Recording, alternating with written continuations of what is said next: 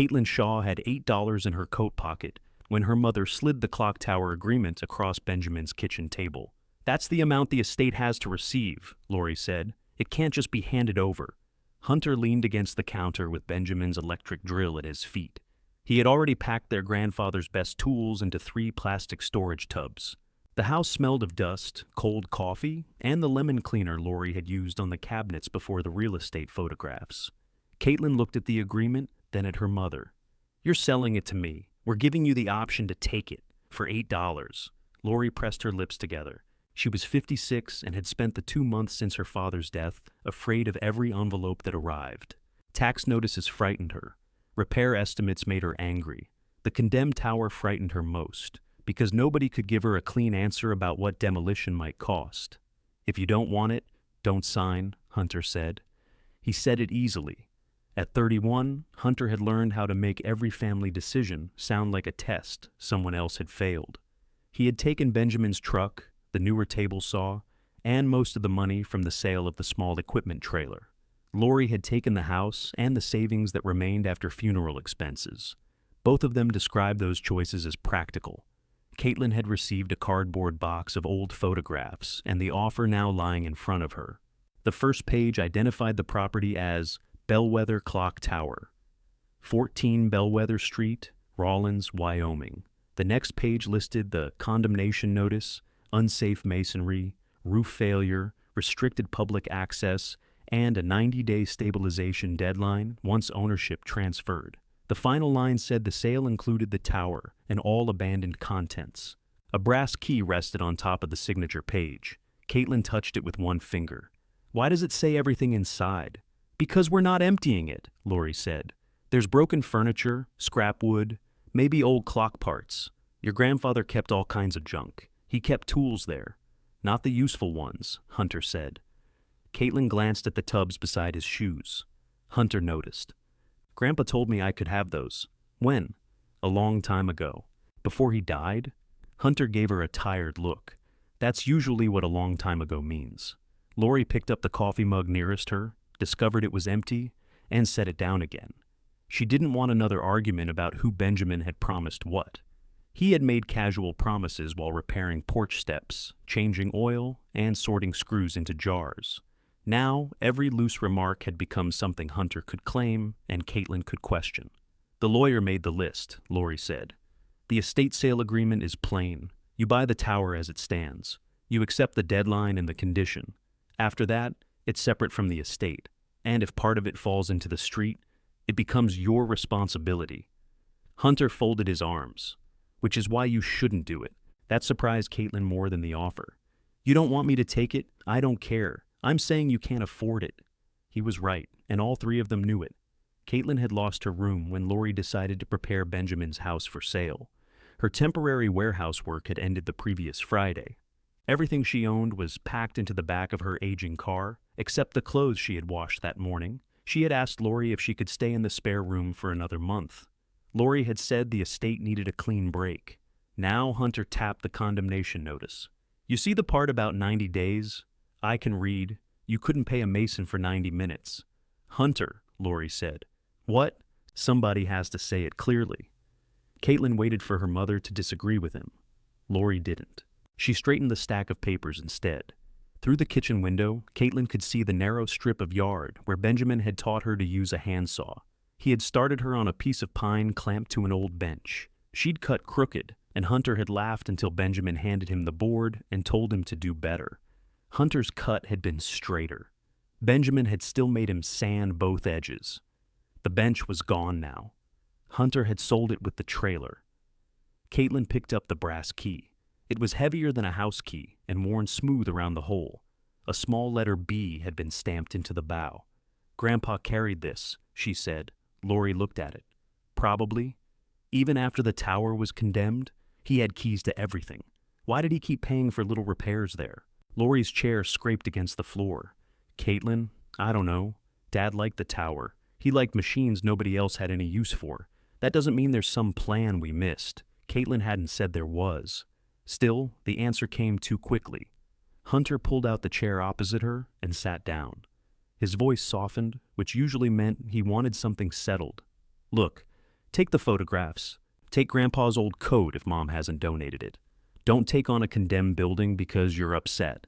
I'm not doing it because I'm upset. You haven't even seen the inspection report. It's right here. That's the notice. The full report is worse.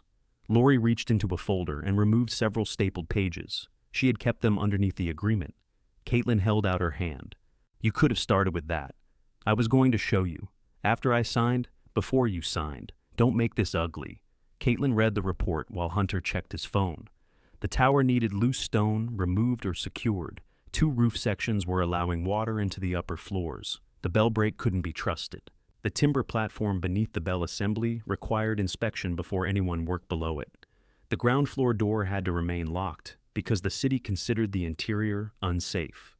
At the bottom, someone had written a short note in blue ink. Stabilization, not full restoration, required within 90 days. That was different from rebuilding the entire tower. It was still far beyond $8, but it wasn't the same as immediate demolition. Who wrote this? Caitlin asked. Lori leaned over. I don't know. Someone at the city. Did you ask what counts as stabilization?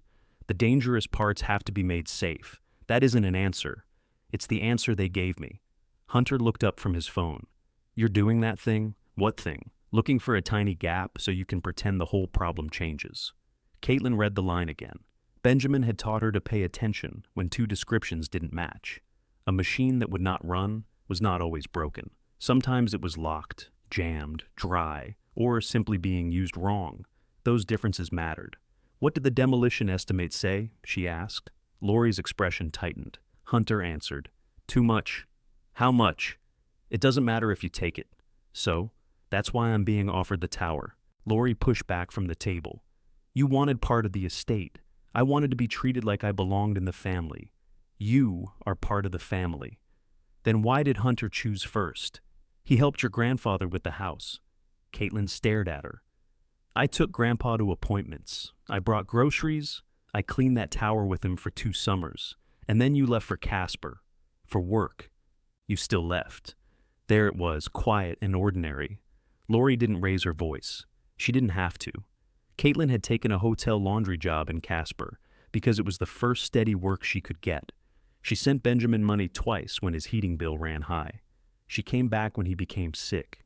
None of it had changed the family's account of her leaving. Hunter stood and picked up the drill case. This is going nowhere. Those tools haven't been divided fairly, Caitlin said.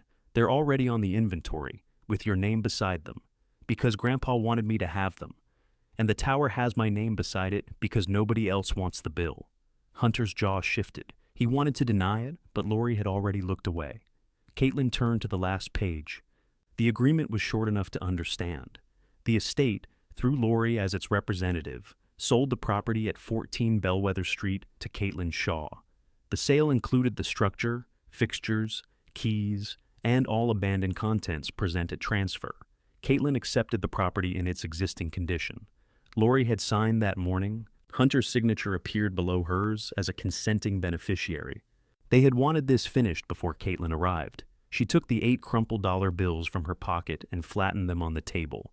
The money had been meant for gasoline. Once she handed it over, she wouldn't have enough to drive around looking for somewhere else to sleep. Hunter watched her count it. You're proving my point, he said. Caitlin placed the bills beside Lori's empty mug. I'm buying the tower. Lori didn't reach for the money. Please think for one day. The agreement says the offer expires today. That was the lawyer's wording. Your lawyer, the estate's lawyer. Hunter gave a short laugh. She thinks we're cheating her. Caitlin looked at him. Are you? No. Then signing shouldn't worry you. It doesn't worry me. It tells me you're about to make yourself homeless with a building you can't live in. I'm already homeless. The kitchen went quiet. Lori's face changed, but only for a moment. She had known Caitlin's things were in the car. She had told herself there would be a friend, a cheap room, or another job. Mothers sometimes turned guesses into facts when facts would require them to change a decision. You can stay tonight, Lori said, and tomorrow, we'll discuss it. Hunter carried the drill toward the front hall. I'm loading the rest before it snows. Caitlin signed her name. The pen caught slightly on the paper. She went over the final letter, then added the date. Lori watched the signature as if it had appeared without anyone making it. You understand, I can't pay for repairs, she said. I understand. And the estate won't take it back once it transfers. I understand that too. Lori gathered the bills. She counted them once, though there was no need. Then she separated Caitlin's copy of the agreement and pushed it across the table. Keep this somewhere safe. Caitlin folded it, stopped, and opened it again. Benjamin had disliked folded agreements. He said the part hidden in the crease was always the part somebody needed later. She found a stiff envelope in the kitchen drawer, slid the pages inside, and placed it beneath the spare tire cover in her car. The brass key went into her coat pocket. By the time Hunter drove away with the tools, light snow had started. Lori stood on the porch with her arms tucked close to her body. "You don't have to go there now," she said. "I want to see what I bought. You've seen it. Not since Grandpa died." Lori looked toward the street rather than at her. "The city put a lock chain on the gate. Your key should open it."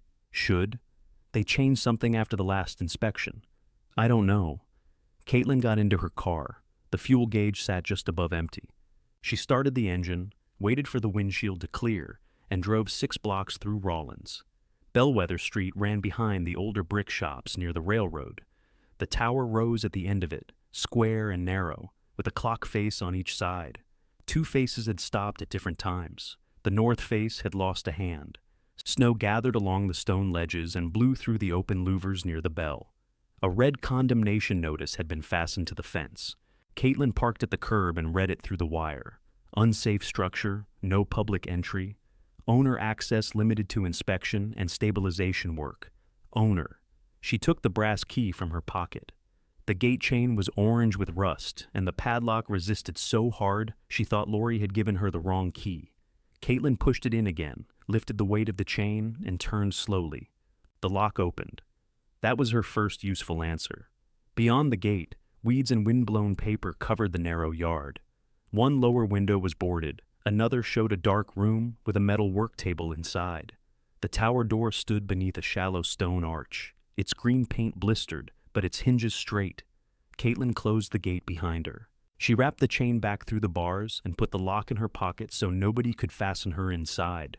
Then she crossed the yard, cleared the wet snow from Benjamin's old keyhole with her thumb, and tried the brass key in the tower door.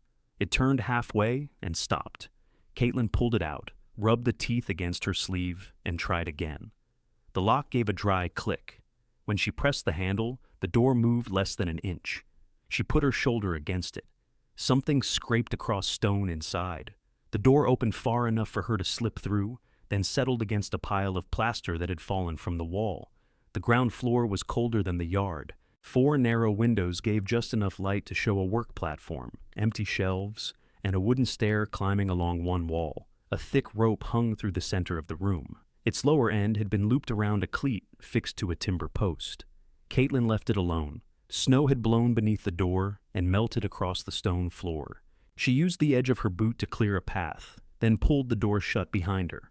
The latch worked from inside. That was one more thing she hadn't been sure of. She stood still and listened. Water tapped somewhere above. Wind moved through the tower with a low, uneven sound. Every few seconds, something metal shifted and settled far overhead. The place wasn't quiet, but it wasn't dead either. A doorway beside the stairs led into the keeper's quarters. The room had a narrow iron bed, a sink, a hot plate, and a small wood stove with a rusted pipe.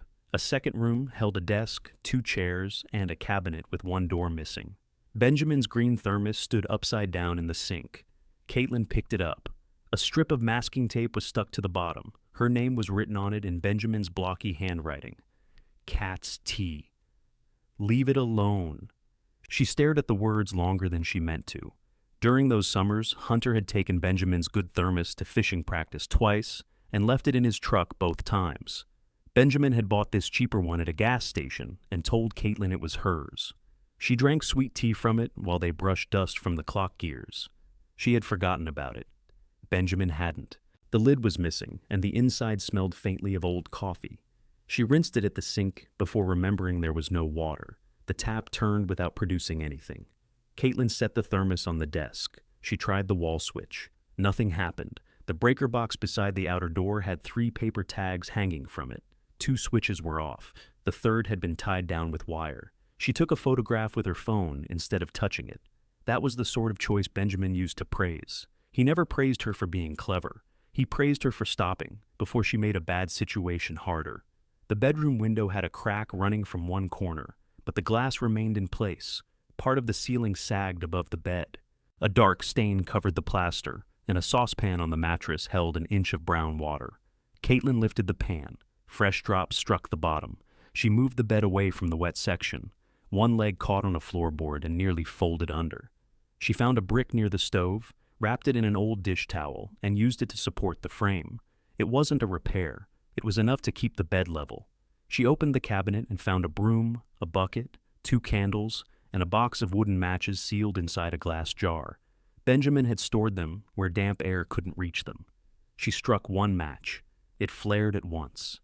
"Thank you," she said quietly. The candle gave her enough light to inspect the stove.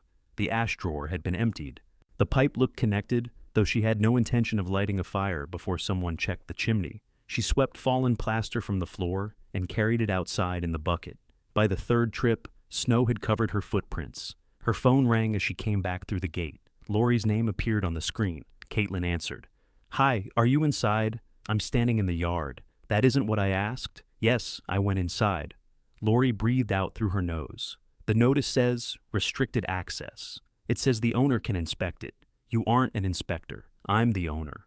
The words felt strange. Lori heard the difference in Caitlin's voice and disliked it without knowing why. For years, every difficult thing Caitlin had belonged to somebody else. Her mother's house, Benjamin's errands, Hunter's truck when it needed cleaning, a motel laundry where another supervisor made the schedule. Ownership made it harder to send her away with one sentence. "I found your grandfather's coat," Lori said. "It was in the hall closet. You said I could have it. I know what I said. I'm asking whether you still want it." "Yes. There's also a sleeping bag in the garage." Caitlin looked up at the keeper's window. "Can you bring them?" A pause followed. "Come back and get them. I don't have enough gas to drive twice. You drove away without telling me that. You knew I put all my money on the table. I offered you a place tonight. You offered one night after the papers were signed." Lori's voice tightened. "What exactly do you want me to do, Caitlin?" The honest answer came quickly, but Caitlin couldn't say it. She wanted Lori to show up. She wanted her mother to look at the leaking room and admit that leaving her there was wrong. She wanted someone in the family to choose her before being forced. Instead, she said, "Bring the coat and sleeping bag. I have people coming to look at the house. Today? Tomorrow morning. I still have work to do." Caitlin closed her eyes. She had cleaned that house for 4 days. She had scrubbed the oven, packed Benjamin's clothes, and removed old labels from the pantry shelves. Lori had thanked Hunter for hauling away the tools. She hadn't mentioned Caitlin's work at all. "I did most of the cleaning," Caitlin said. "I didn't say you didn't. You just said you still have work, because I do. I thought if I helped get the house ready, I could stay until it sold. We discussed that. No, I suggested it, and you said we'd see. And now, we've seen." The words landed harder because Lori didn't mean them to be cruel. This was their ordinary pattern. Caitlin asked for a place indirectly. Lori answered only the practical part. Caitlin then worked harder, hoping the answer would change without either of them having to name what she wanted. It never changed. "Bring the coat when you can," Caitlin said. "Caitlin." "What?" Lori lowered her voice. "If you come back now and tear up the agreement, we can call in the morning and see whether the transfer can be stopped. You said the estate wouldn't take it back. I'm saying we could ask. And then, where do I go? You can stay here for a few days. How many? I don't know." Caitlin looked at the tower door. Snow had begun collecting on the stone arch. A few days in Benjamin's house would feel safe. Lori would ask her to clean the last rooms, answer calls from buyers, and carry boxes to the garage. Then one morning, the help would be finished, and Caitlin would learn the leaving date over coffee. She knew that because it had happened before. What she hadn't understood until that moment was her own part in it. She kept accepting temporary usefulness as if it were the same as being wanted. "I'm staying here tonight," she said. "You can't. I can stay in the keeper's room. That building is condemned. The tower is condemned. The quarters look better. That's not how condemnation works. I'll be careful." "You always say that after you've decided not to listen." Caitlin nearly argued. She had heard that sentence since she was old enough to make choices Lori hadn't made for her. Some of those choices had gone badly. The Casper job had ended when the hotel changed contractors. Her last apartment had been shared with a woman who left without paying her part of the rent. Caitlin had come home more than once needing help. Each return gave Lori another reason to believe Caitlin couldn't be trusted with her own life. "I'll call you in the morning," Caitlin said. "If your phone works." "It works. You told me last week the battery was failing. I have a charger. With no electricity." Caitlin looked through the doorway toward the tide breaker. "I'll work it out." Lori was silent again. "I'll bring the sleeping bag after I finish here. Thank you. Don't go upstairs." "I won't." "And don't light that stove." "I won't." Lori ended the call before either of them could soften. Caitlin carried another bucket of plaster outside. On her way back, she noticed a gray truck parked across the street. A man sat behind the wheel, looking at the tower. When Caitlin approached the gate, he got out. He wore a heavy canvas jacket and held a flat leather case under one arm. His hair was dark with gray at the temples, and he moved like someone accustomed to climbing ladders without wasting steps. "Are you Caitlin Shaw?" he asked. She kept the fence between them. "Who are you?" "Morgan Welch." The name was familiar. Benjamin had mentioned Morgan when a difficult clock repair came up, usually in the form of a complaint that was really approval. Morgan would have caught that worn tooth. "Morgan says nobody oils a clock properly anymore. Morgan took 3 days to argue with me and was right on the 4th. You worked with my grandfather," Caitlin said. "For 11 years. He said you argued a lot?" Morgan smiled once. "That's accurate." He looked at the condemnation notice, then at the open tower door. "I heard the estate transferred the property." "How?" "The city called the foundation this afternoon. We asked them to notify us if ownership changed." "What foundation?" "The Wyoming Horological Preservation Foundation. I'm the director." Caitlin had heard the long word from Benjamin, but she had never asked what it meant. Morgan saw that in her face. "Clocks," he said, "mostly old public ones. We try to keep them running. Did my grandfather work for you?" "No, he refused every title we offered him." That sounded true. Morgan lifted the leather case slightly. "I came to check the bell break and see whether the latest inspection moved the stabilization deadline. It's 90 days. I know. Then why ask me?" "I wanted to hear whether you knew." Caitlin didn't like the test. "I read the papers." "Good. Did the foundation know the tower was for sale?" "We knew the estate wanted out from under it. We didn't know who would take it. Could the foundation have bought it?" Morgan looked past her toward the upper clock face. "We can fund preservation work. We can't collect condemned buildings whenever their owners get tired." "So you're here to tell me I made a mistake?" "No, I'm here because the wind can move that bell, and the brake hasn't been checked since your grandfather got sick." A metal sound came from above, followed by a dull knock inside the tower. Caitlin turned. Morgan's expression changed. "You haven't touched the rope, have you?" "No." "Gone upstairs?" "No." "Turned on power?" "I photographed the breaker and left it alone." He nodded. It was a small response, but she recognized it. Benjamin had nodded the same way when she did something correctly without being told. Morgan opened the gate after she handed him the padlock. At the door, he crouched to examine the plaster pile. Then he shone a flashlight along the ceiling and into the keeper's quarters. "You planning to sleep here?" "Maybe." "No. My mother already covered that part." "I'm not your mother. Then don't answer like her." Morgan looked at her for a moment. He wasn't offended. He was deciding whether to leave, argue, or make the problem smaller. "The keeper's room can be separated from the stairwell," he said. "There used to be a fire door in that wall. There still is." Caitlin pointed behind the missing cabinet door. A narrow metal edge showed beneath several coats of paint. Together, they pulled the cabinet away. Morgan cut through the painted seam with a folding knife. Caitlin braced one foot against the wall and pulled the recessed handle. The door opened with a groan. Its rubber seal was cracked, but the latch held. Morgan closed it, then opened it again. "That gives you separation from the tower shaft," he said. "It doesn't make the room safe, but it makes it safer." "Yes." He checked the cracked window, the sagging ceiling, and the stovepipe. Then he took a small moisture meter from his case and pressed it against the wall above the bed. "You need to keep the bed where you moved it. Don't use the stove. Don't touch the breakers. If the wind gets worse, you leave." "Where?" Morgan didn't offer his home. Caitlin respected him a little for that. He didn't know her well enough to make promises that would become somebody else's burden. "There's an all-night truck stop east of town," he said. "Bright, warm, and nobody cares if you sit over one cup of coffee." I don't have coffee money. Morgan put the meter away.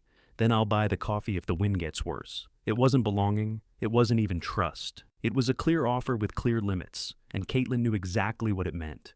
Morgan opened the fire door once more and showed her how the upper latch worked. Then he pointed to a rusted manual alarm bell mounted beside the outer door. If anything shifts upstairs, get outside. Don't stop for your things. Will you check the brake?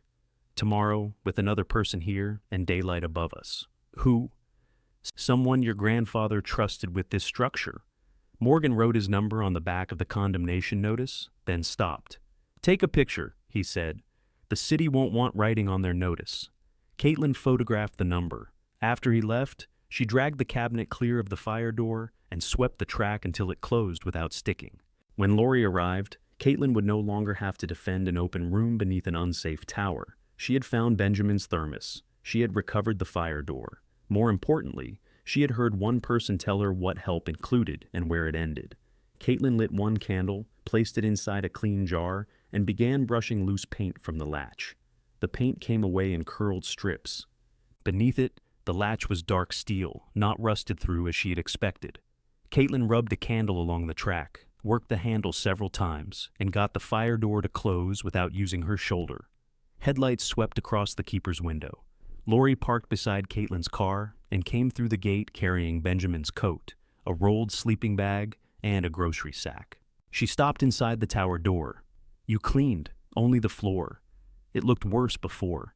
Caitlin took the sleeping bag from her. When were you here? With the inspector, after Dad died. You didn't go inside? Not far. Lori entered the keeper's room. Her eyes went to the stained ceiling, the saucepan, and the candle in its jar. There's no heat. I know. What's that door? Fire separation. It was painted shut. You opened it? With help. Lori looked toward the yard. What help? Morgan Welch came by. Lori knew the name. Her grip tightened around the grocery sack before she set it on the desk. Dad's clock friend, his former apprentice. That's what I meant. He runs a foundation now. Lori unpacked bread, sliced cheese, apples, and 2 bottles of water. She had brought enough food to get Caitlin through the night, but not enough to look like she approved of staying. What did he want, she asked. To inspect the bell break. Why? Because it could move in the wind. Lori glanced at the ceiling. He never mentioned the foundation during the estate calls, she said. Maybe nobody called him. The lawyer notified everyone who needed notifying. Was Morgan on Grandpa's contact list? I don't remember. Caitlin knew that answer. It meant Lori didn't want to search her memory while Caitlin watched. Did Grandpa ask you to contact him? Caitlin said. No. Did he leave anything about the tower? No, Caitlin. The answer was firm, but not angry. Lori believed it. She had found no special instruction, no separate gift, and no explanation for Benjamin's attachment to the building. To her, the missing explanation was proof that none existed. She reached for the thermos and read the tape. I remember this.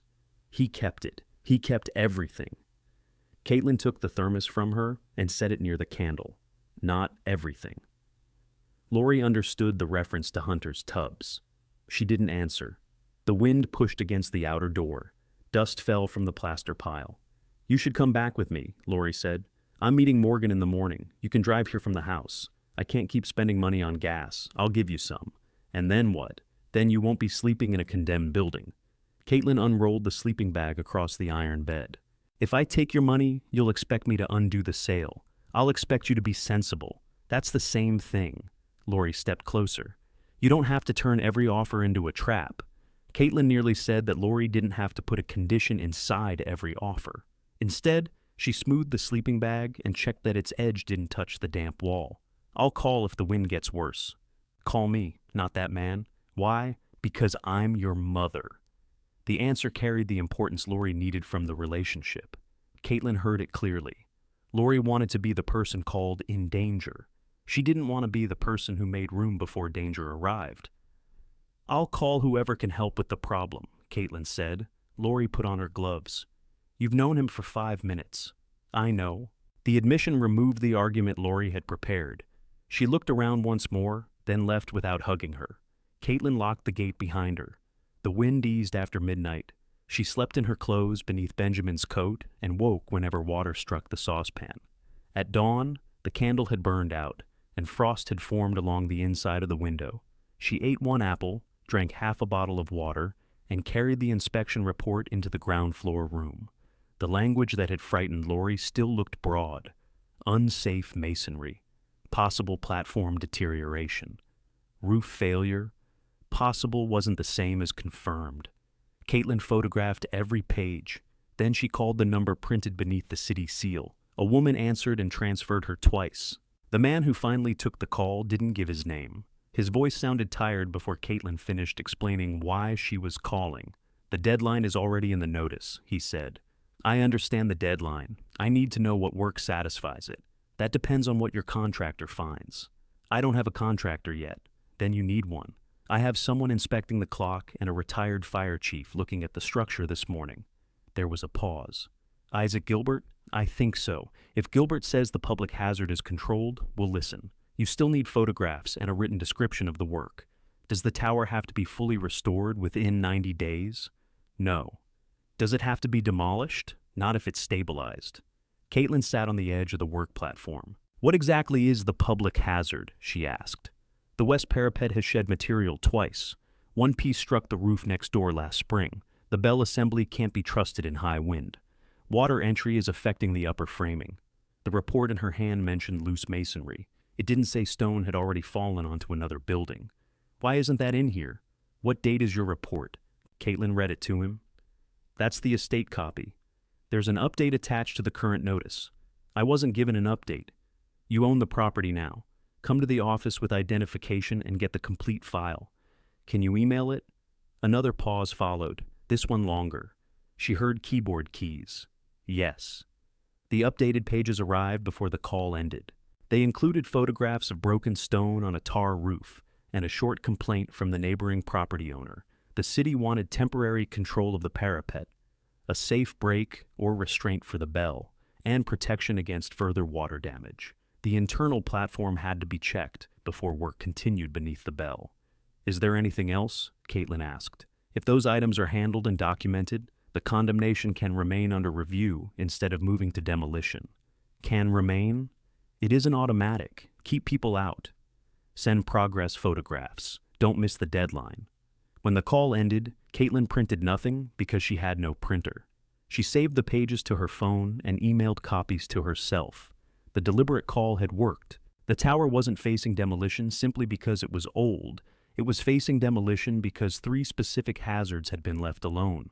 That made the problem clearer. It also made it hers.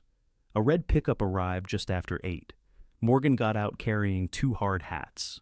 An older man climbed from the passenger side with a thermos and a canvas tool bag.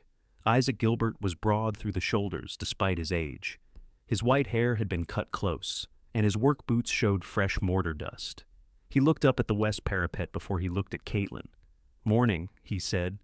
"You've got stone moving. I just learned it already hit the next roof." Isaac looked at Morgan. "She called the city herself." "I told you she would," Morgan said. "You didn't tell me anything," Caitlin said. Morgan handed her a hard hat. "I told Isaac you read before touching." Isaac nodded toward the tower door. "That puts you ahead of most owners." He had brought a folding caution sign, rope barriers, and orange flagging. Before entering, he blocked the strip of yard beneath the west wall. "The shop next door opens at 10, he said. "Nobody stands on that side after they do." "Do they know you're here?" Caitlin asked. "I called the owner. He wants the tower safe. He also wants it gone." Caitlin fastened the hard hat. "Which does he want more? Today, safe. Ask him again if another rock comes through his roof." Inside, Isaac inspected the fallen plaster, the stair, and the timber posts that held the bell rope cleat. He didn't touch the rope. He shone a light upward and studied the underside of the platform. "Benjamin replaced more than the report shows," he said. "You helped him?" Caitlin asked. "Some of it." "When?" "Years ago. We set steel channels into the east and west walls and carried the old beams across them." "Why?" Isaac looked at the rope, then at the ceiling. He wanted the ground floor clear. For what? Work tables, mostly. He talked about bringing repair work back here. Morgan opened his leather case. "He talked about that for 27 years. "He never did it," Caitlin said. "Not publicly," Morgan replied. The answer caught her attention, but Morgan had already started checking the base of the stair. Isaac found a small access panel in the wall and removed 4 screws. Behind it, the end of a timber beam rested on a steel channel. The wood was dry and solid. He pressed a screwdriver into its edge. The point barely marked it. "This is what I remembered," he said. "The main carry point isn't original timber on soft stone." Benjamin reinforced it. Caitlin brought up the older report on her phone. The inspector called the bell platform unsupported at the west wall. He couldn't see this steel without opening the panel. "So, that part is wrong? It's incomplete." Isaac replaced the panel. "Don't turn incomplete into safe. The upper connections can still fail." They climbed 1 level at a time. Morgan went first, Isaac behind him, and Caitlin last. The stair narrowed as it rose. Pigeon feathers collected in the corners, though the birds themselves had found somewhere warmer. The second floor held clock shafts, gears, and long metal rods that disappeared upward through the ceiling. Dust covered everything except a narrow strip along one wall where water had run. Morgan pointed to a bearing. "Your grandfather serviced that." "How can you tell?" "He shaped the oil cup himself. Said the factory one wasted oil." Isaac grunted. "He said the factory one was made by a fool." "That too." The third level smelled of wet wood. Daylight showed through 2 gaps in the roof. A tarp had once covered one, but it had torn loose and wrapped around a brace. Caitlin stepped around a dark patch in the decking. "Did Grandpa know the roof was this bad?" she asked. "He knew it leaked," Morgan said. "He stopped climbing after he got sick." "Did he ask the foundation for help?" Morgan took longer to answer than she expected. "He asked what funding might be available if the tower became a working site. And I told him we'd need an owner willing to sign a conservation agreement, public access, maintenance duties, no selling important parts one by one." "What did he say?" "He said the owner wasn't ready." Caitlin looked at him. "Who was the owner then?" "The estate on paper. Benjamin in every way that mattered to him." "That isn't what I asked." "No," Morgan said, "it isn't." Before she could press him, Isaac called from the ladder above. Brake linkages seized. They climbed into the bell level. The bell hung in a timber frame above them, dark bronze with a green line around its lower edge. The clapper moved slightly when the wind passed through the louvers. Each movement ended in a soft metal knock. The brake lever was crusted with rust. One connecting pin had shifted halfway out of its bracket. Morgan crouched near it. "Nobody pulls the rope." "I wasn't planning to," Caitlin said. Isaac examined the frame connections. The steel reinforcement below had protected the main load path, but water had softened part of the decking around 2 support feet. The bell itself remained supported. Working around it would require temporary braces before anyone repaired the brake. "The good news is Benjamin's steel is doing its job," Isaac said. "The report missed that." "And the bad news?" Caitlin asked. Isaac tapped the damp decking with the handle of his screwdriver. "You can't fix the brake safely until we carry this frame on temporary supports. You can't work under it until that's done. And you've got loose stone above the neighboring roof." Morgan looked through the louver toward the west parapet.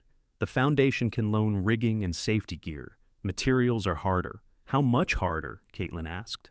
"More than $8. Isaac gave Morgan a look. "She already knows she's broke," he said. "Tell her what she needs: timber for shoring, steel brackets, roof membrane, masonry netting, until the parapet can be set properly." "And labor?" "You're looking at some of it," Isaac said.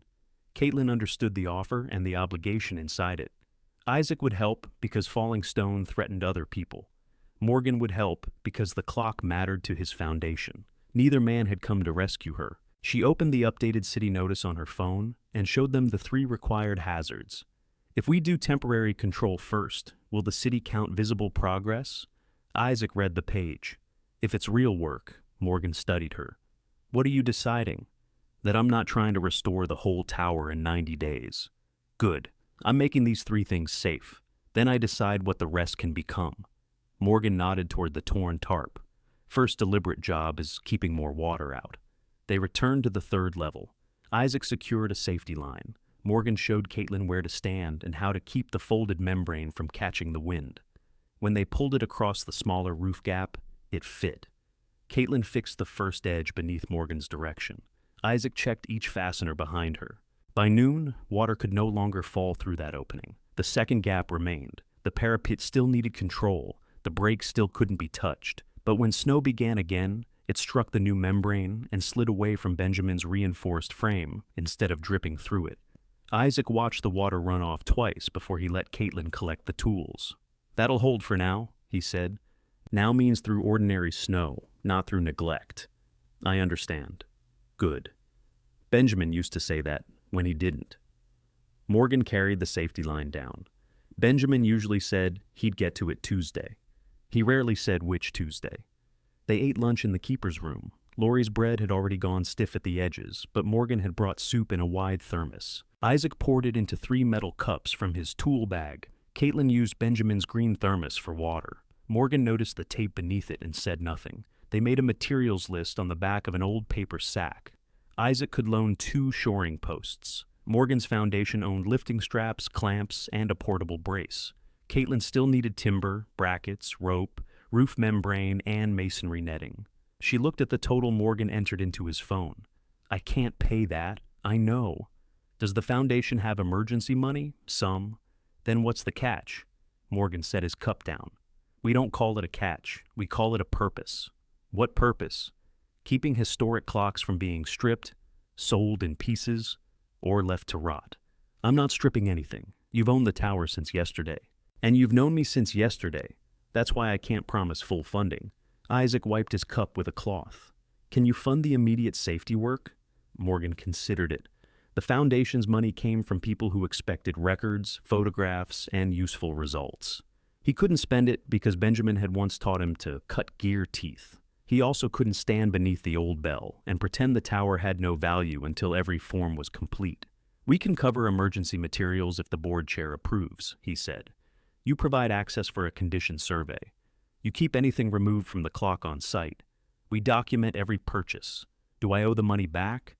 "Not if it's used as approved." "Do I owe you the tower?" "No." "Do I owe you first chance to buy it?" "No." Morgan held her gaze. "If there's ever a larger agreement, it will say exactly what both sides owe." Caitlin looked at the fire door she had uncovered. "Clear limits again." "Ask your board chair," she said. Morgan sent the request before lunch ended. The approval came late that afternoon. It covered only the emergency materials, and Caitlin had to collect each receipt. Morgan read the message aloud so there would be no misunderstanding. "You also have to send progress photographs," he said. "I'm already doing that for the city. Send different copies. The city wants hazards. We want the clock protected." That evening, Caitlin made 2 folders on her phone. She labeled one city and one foundation. It felt like a small thing until she realized that every task now had 2 explanations. One kept the building from being demolished. The other kept its working parts from being lost. For the next 4 days, they worked from daylight until the upper floors became too dark to trust. Isaac installed temporary netting beneath the west parapet. Caitlin learned how to set anchors without forcing cracks wider. Morgan photographed each clock component before covering it against dust. The second roof gap took longer because rotten boards had to be removed from the edge and replaced. Caitlin did the carrying, measuring, cleaning, and most of the trips up and down the stairs. Her shoulders hurt by the 3rd day. On the 4th morning, she woke with 2 fingers numb from gripping tools. She heated water on the hot plate using an extension cord Morgan had connected to a protected temporary supply outside. The rest of the tower remained without power. The cord gave her 1 lamp, 1 hot plate, and a place to charge her phone. She sent Laurie a message telling her she was safe. Laurie replied with a single word: "Good." Caitlin read it while standing beneath the dry section of ceiling. She wanted to send photographs. She wanted Laurie to see the repaired roof edge, the cleared floor, and the cabinet moved away from the fire door. She wanted her mother to say the decision looked less foolish now. She chose 3 photographs and nearly attached them. Then she closed the message. Work that mattered didn't become more real because Laurie approved of it. The realization didn't stop Caitlin from wanting the approval. It only stopped her from asking for it that morning. By the end of the 4th day, Isaac's temporary posts carried the bell frame, while Morgan removed the shifted brake pin.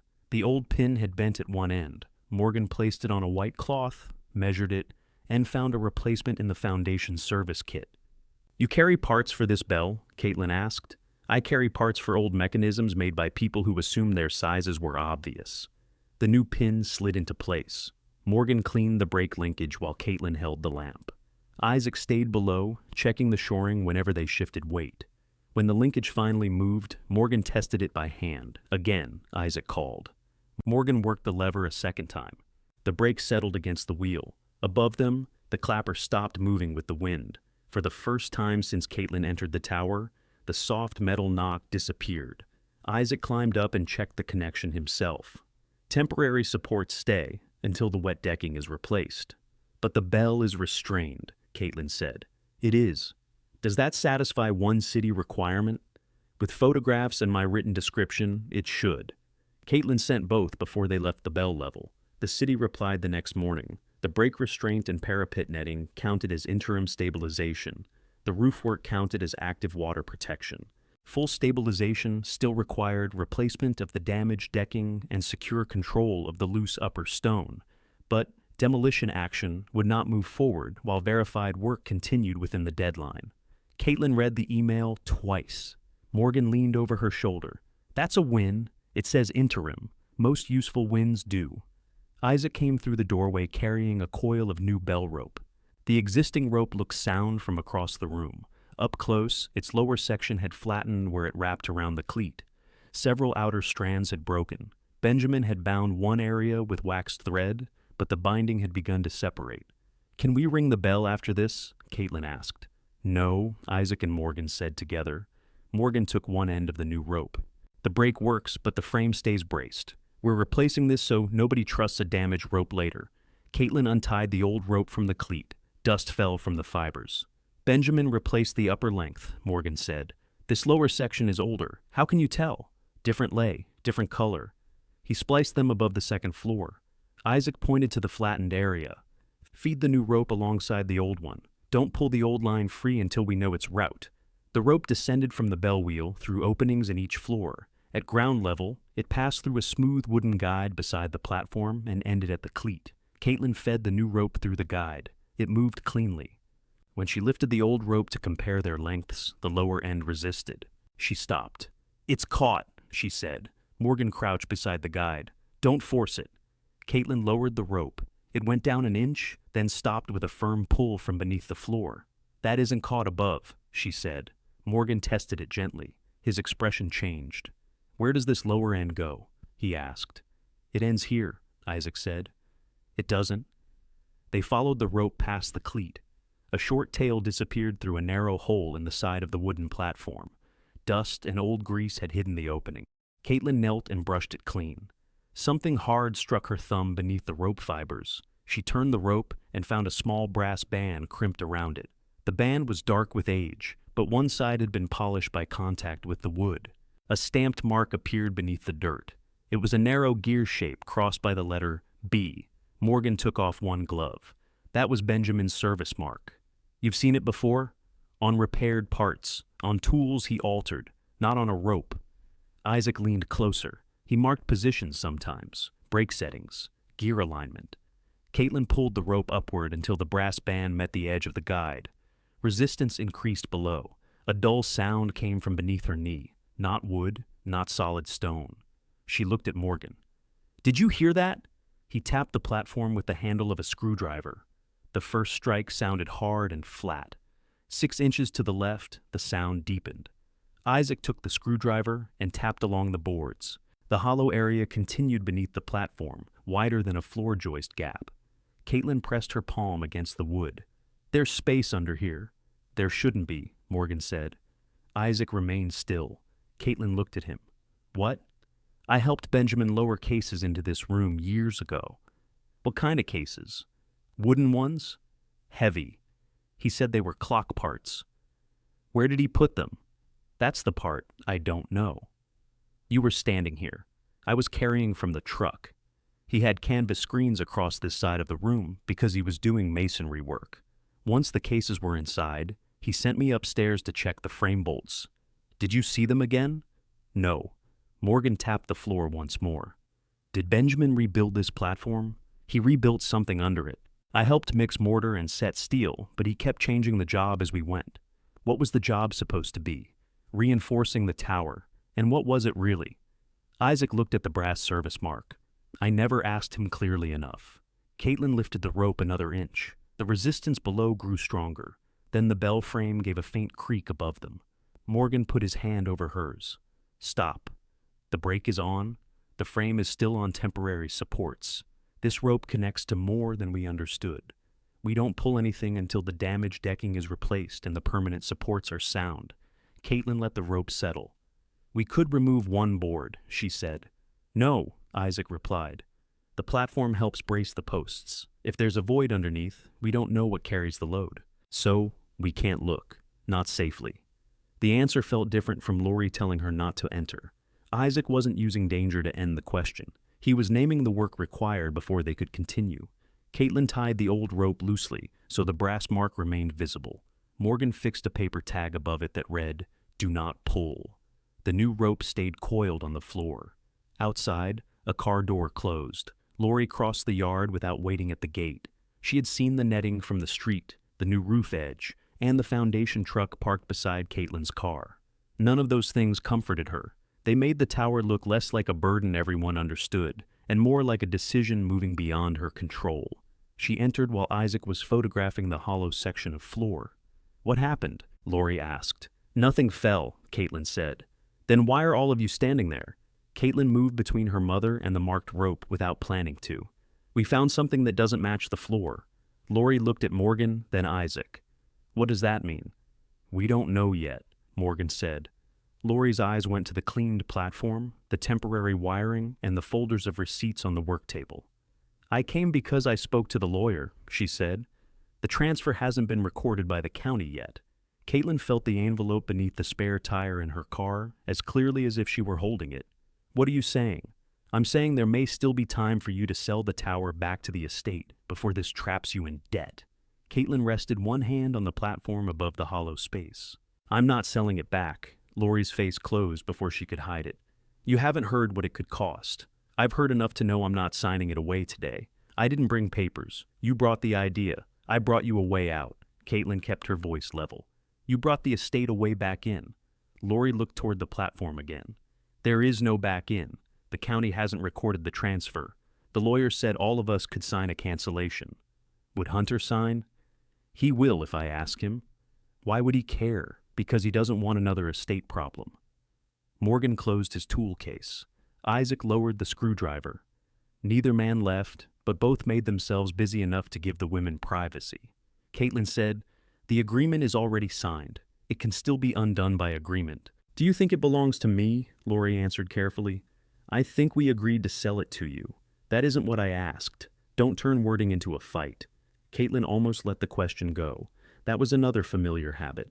Lori answered the easiest version, and Caitlin accepted it because pressing harder made the room unpleasant. She pressed harder. If something valuable was sitting right where you're standing, would you think it belonged to me? Lori glanced down before she could stop herself. There isn't anything valuable there. You don't know what's there. Neither do you. That's true. The simple agreement left Lori with nowhere to push. She picked up the old rope, stopping before Morgan told her not to touch it. What's this mark? Grandpa's service mark. And that means? We don't know yet. Lori released the rope. This is what I was afraid of. 3 days ago, you had no money. Now there's a foundation buying materials, men opening walls, and you're talking as if every dirty board is a discovery. The foundation is covering emergency materials, which you'll owe for. No, I read the approval. Did a lawyer read it? Caitlin felt heat rise in her face. Lori saw it and believed she had finally reached the sensible part of her daughter. Morgan stepped closer. The emergency grant doesn't create a debt. I wasn't speaking to you, Lori said. No, you were asking about my foundation's approval. Dad trusted you. That doesn't mean Caitlin should. Morgan accepted the sentence without flinching. She should read everything and trust only what it says. Caitlin looked at Lori. That's what I did with the sale agreement. Lori picked up her handbag. I'm trying to keep you from getting hurt. I know. You say that like it doesn't matter. It matters. It just doesn't give you the tower. Isaac opened the outer door for Lori. His courtesy made it clear the visit was over. At the threshold, Lori turned back. At least let the lawyer send you the cancellation so you can read it. No. Reading isn't signing. I'm not giving him a reason to prepare it. For several seconds, Lori stood with snow blowing around her shoes. Then she left. Caitlin closed the door and slid the latch.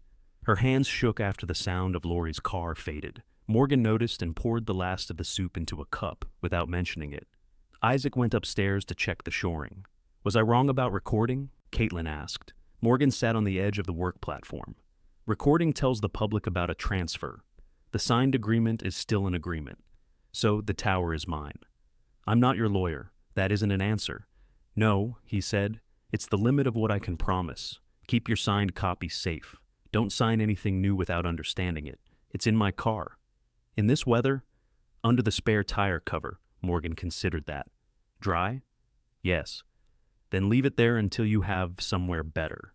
Caitlin drank the soup. It was lukewarm and too salty. She finished it anyway. Their next objective was to learn exactly how much of the bell decking had to be replaced. Isaac removed small sections along the damaged edges, while Morgan measured moisture. Caitlin labeled every piece with pencil so it could return to the same place if it was sound. The visible rot looked wide. The actual damage was narrower. Water had traveled across the surface, darkening several boards, but only 2 had softened through. The timber feet under the bell frame remained solid. Benjamin's steel channels carried the main weight, just as Isaac remembered. That saves lumber, Caitlin said. And time, Isaac replied. Morgan pointed his flashlight at the western channel. Not all the time. One anchor plate had pulled slightly from the masonry. The movement was small, less than the width of Caitlin's fingernail, but a pale line showed where the plate had shifted. Isaac cleaned the edge with a brush. The steel's good, he said. The old mortar around this anchor isn't. Can we reset it? Caitlin asked. We can. The frame has to stay shored while we do. How long? Long enough for the new bedding to cure. We also add a second plate so it can't walk again. Morgan entered the added materials into his phone. The amount was more than the remaining emergency grant. How short? Caitlin asked. Morgan showed her. She stared at the screen. Can I do more of the labor? You already are, Isaac said. What if we use a smaller plate? We don't make a support weaker because the owner is broke. Caitlin walked to the louver and looked down at the neighboring roof. The temporary netting moved slightly in the wind. The city had accepted progress, not completion. The old mortar still had to come out. The wet boards still had to be replaced. The upper stone still needed secure control. Beneath all of it was a hollow space she couldn't reach. Morgan came beside her. The foundation may extend the grant. May? I have to show why the work protects the clock. It supports the bell. That helps. And after it's fixed, we can inspect the floor. That part won't help the request. Why not? Because we don't know what's under it. I can't ask donors to fund curiosity. Caitlin turned from the louver, then asked them to fund the bell support. I will. Today? Yes. Morgan took photographs of the shifted plate and went downstairs to make the call. Isaac remained by the frame. Did Grandpa ever pull that rope while you were here? Caitlin asked. Many times. With the brass mark at the guide? I never watched the lower end. Did he ever tell you not to? He told me not to touch his rope settings. What did you think he meant?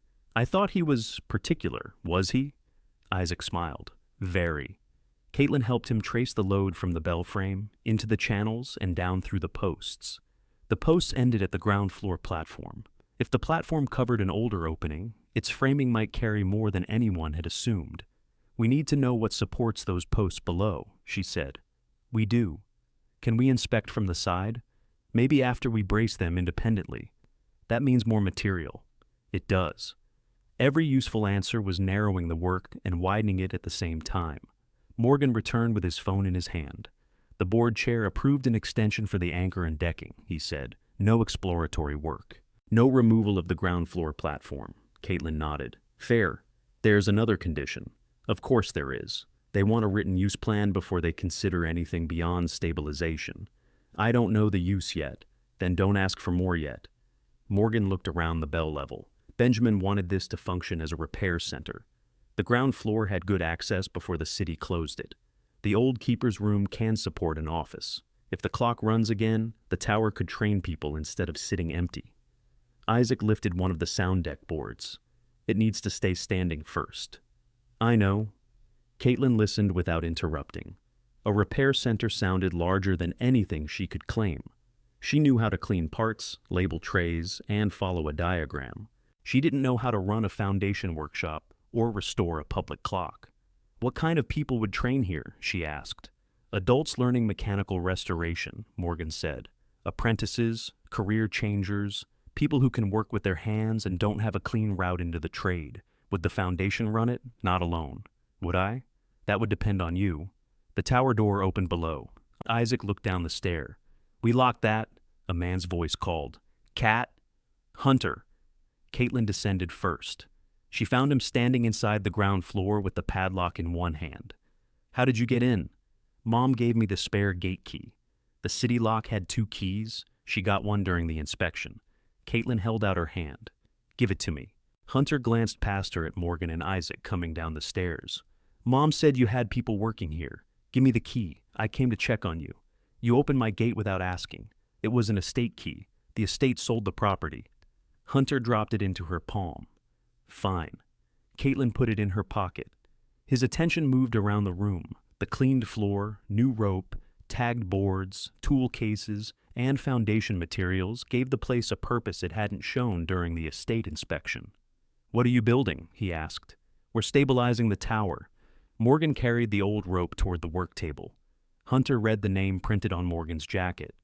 The Clock Foundation is involved? Emergency preservation work, Morgan said. Hunter looked at the platform. Mom said you found a hollow floor. Caitlin's stomach tightened. Lori had known for less than an hour. We found a sound that needs investigation. What's under it? We don't know. Hunter stepped toward the marked rope. Caitlin blocked him. Don't touch that. He raised both hands. Relax. Isaac moved a tool case into the stair entrance, quietly preventing Hunter from going up. Hunter noticed. He smiled as if everyone else had become overly serious. So, what happens after stabilization? He asked. Morgan answered before Caitlin could. That depends on ownership, funding, and whether the structure can support public use. The Clock Workshop could reopen here someday. Workshop, repair, and training. Hunter looked at Caitlin differently. He didn't understand clock repair, and he didn't care about public training. He understood that an organization was spending money on a building his family had sold for almost nothing. How much is the foundation putting in? He asked.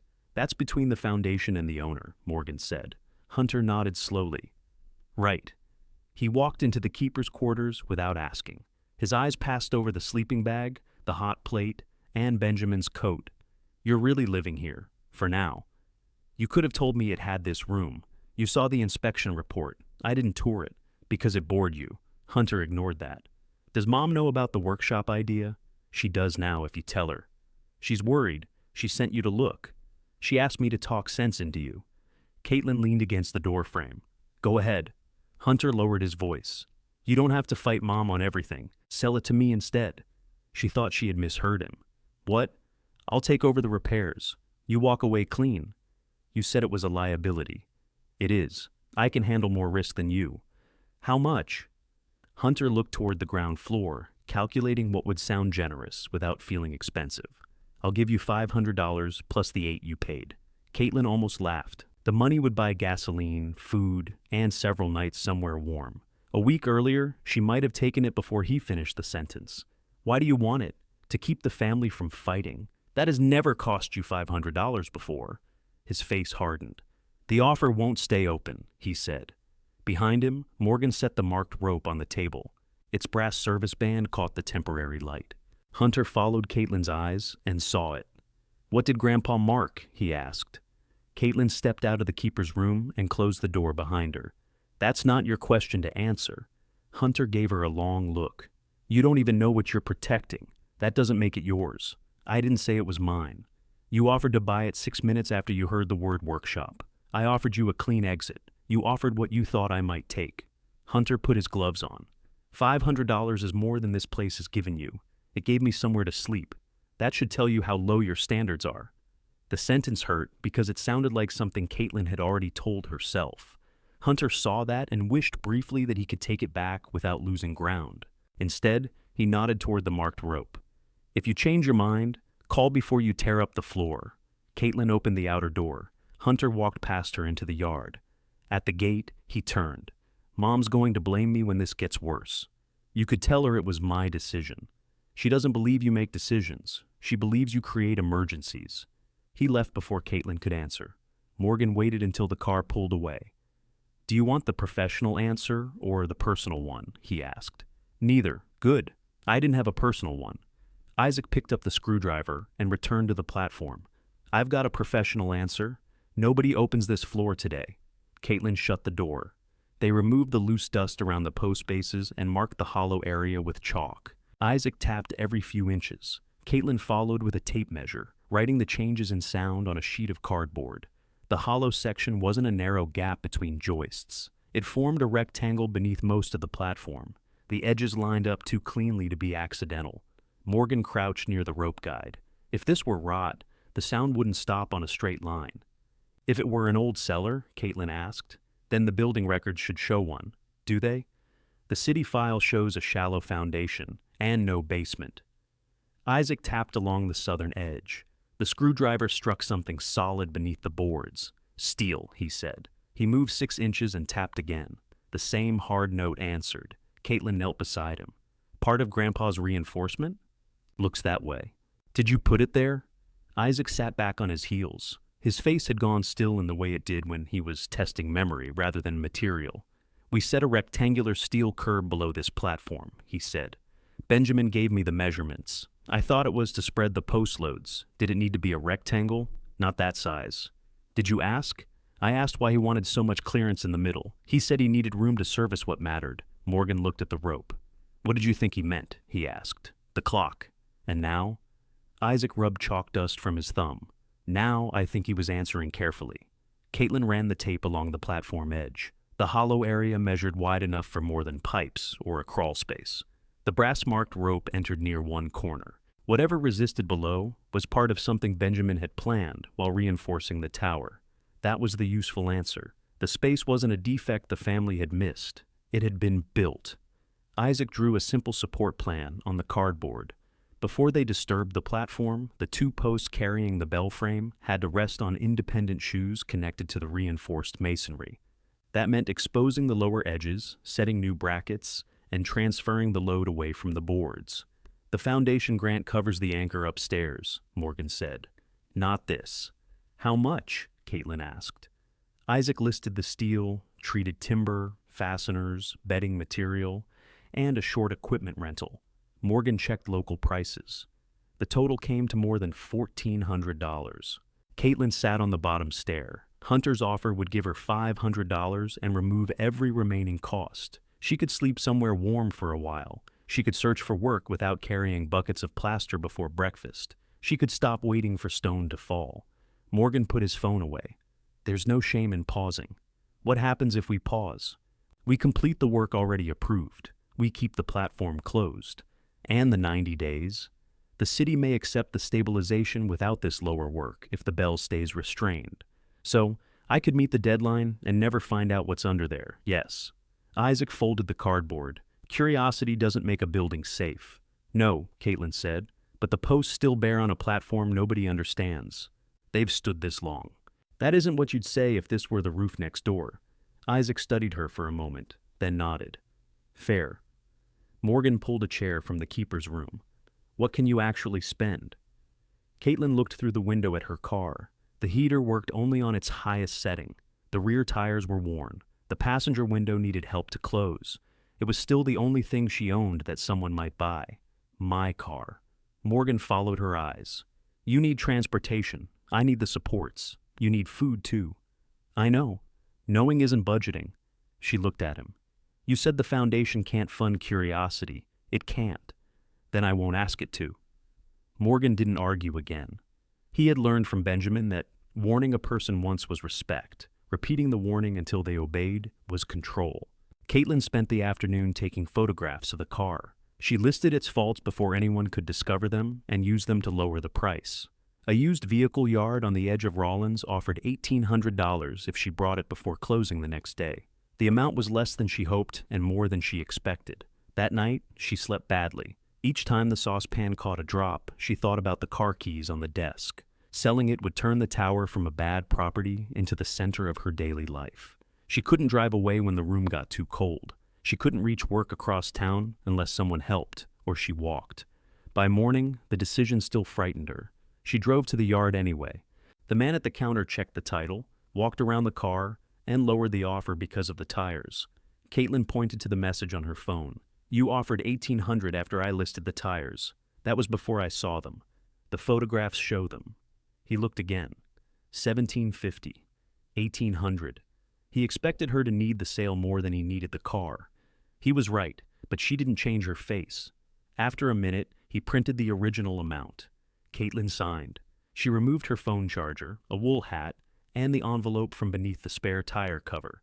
Then she stood in the parking lot with Benjamin's sale agreement tucked inside her coat and watched an employee drive her car behind a chain-link fence.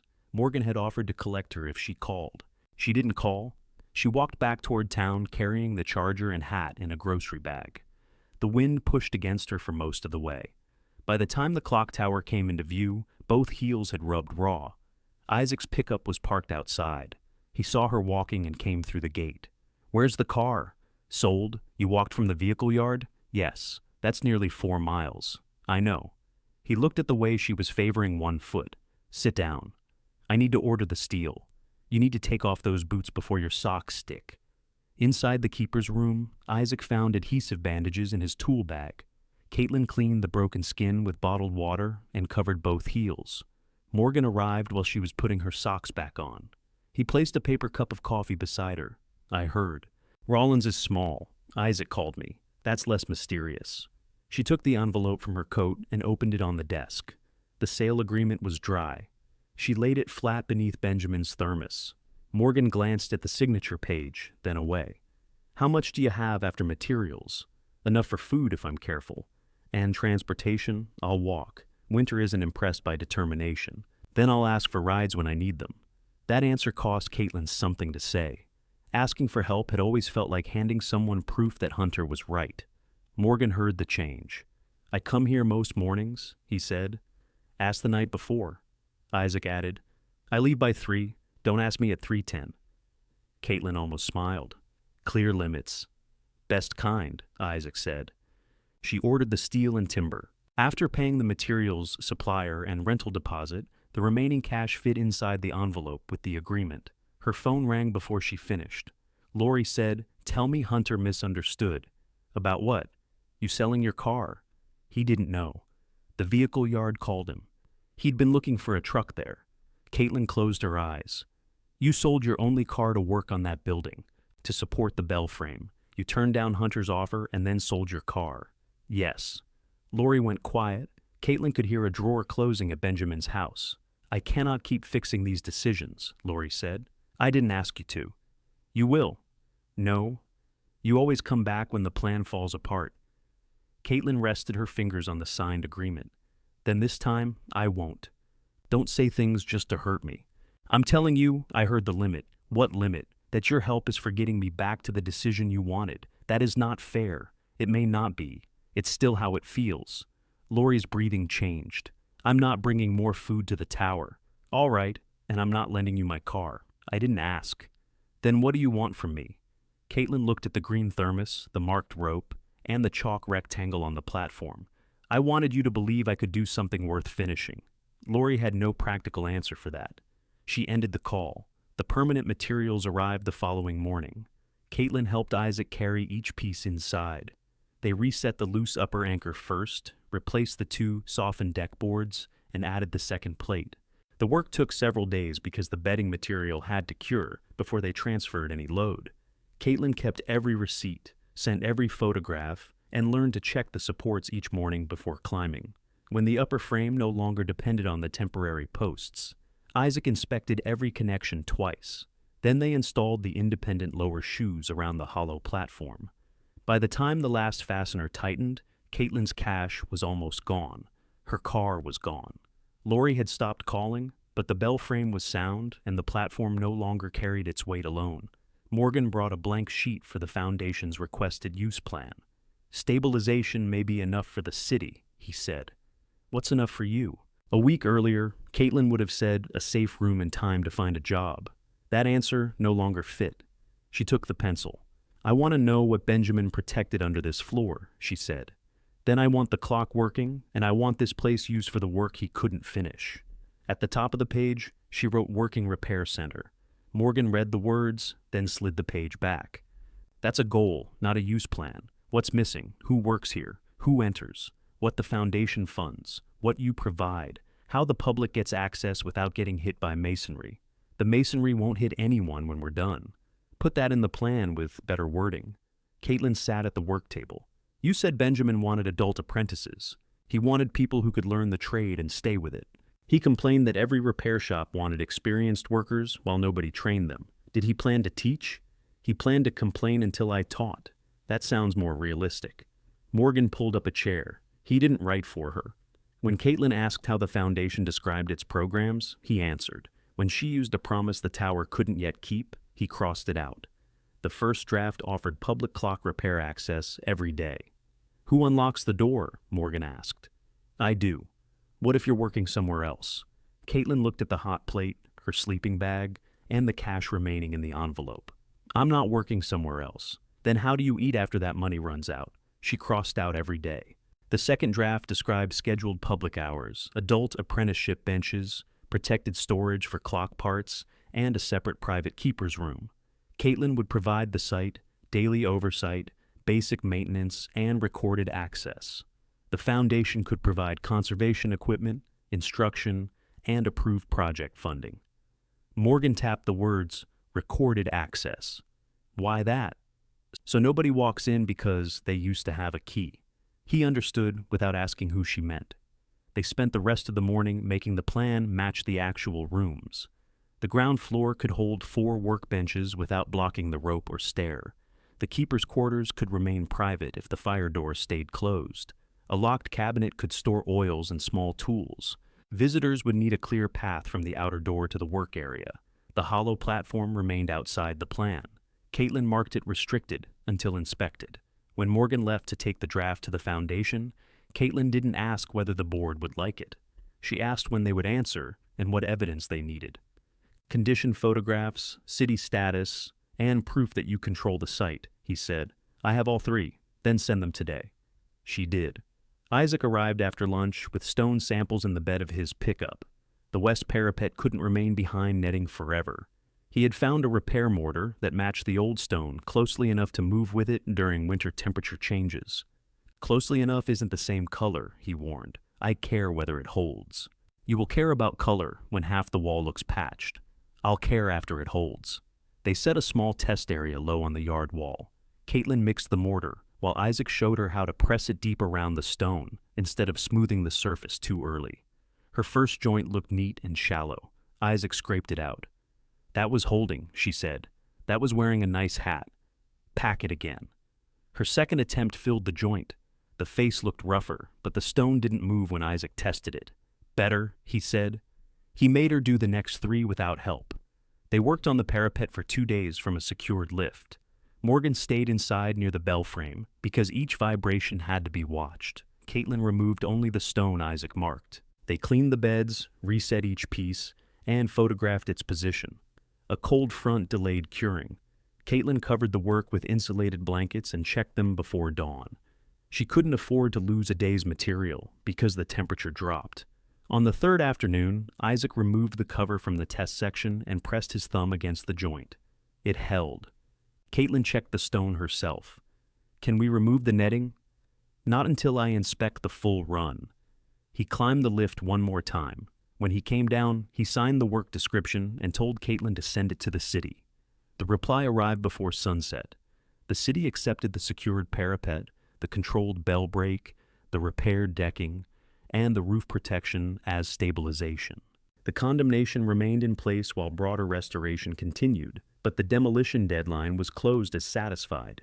Caitlin read the message standing in the yard. The tower still leaked through one wall. It still had no permanent power.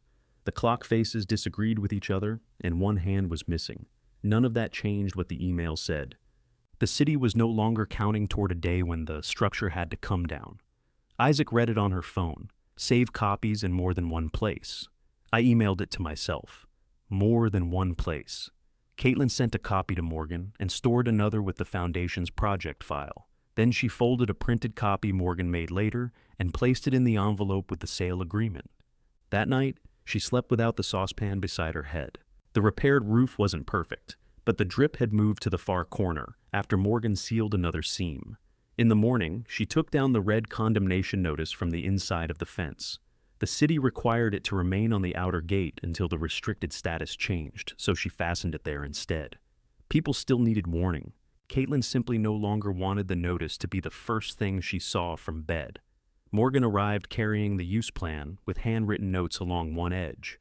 "The board likes the adult apprenticeship idea," he said. Caitlin caught herself waiting for the approval to feel personal. What did they reject? Nothing yet. They want a site visit after the clock movement is assessed. When? Next week. What do we need ready? A safe ground floor, the ownership papers, and an inventory of anything the Foundation might be asked to conserve. We don't know what's under the platform. Then write uninspected void and keep it restricted. They won't fund opening it, not without knowing what it is. That's convenient. It's responsible. Caitlin took the marked rope from the table. Can we trace the mechanism without pulling it? Yes. They removed the wooden guide cover and used a light to follow the short rope tail. It angled beneath the platform toward the north side. A thin metal sleeve protected it where it passed through the wood. Morgan cleaned the sleeve with a cotton swab. "Benjamin made this," he said. "How can you tell?" "Most people would have used a plain eye bolt."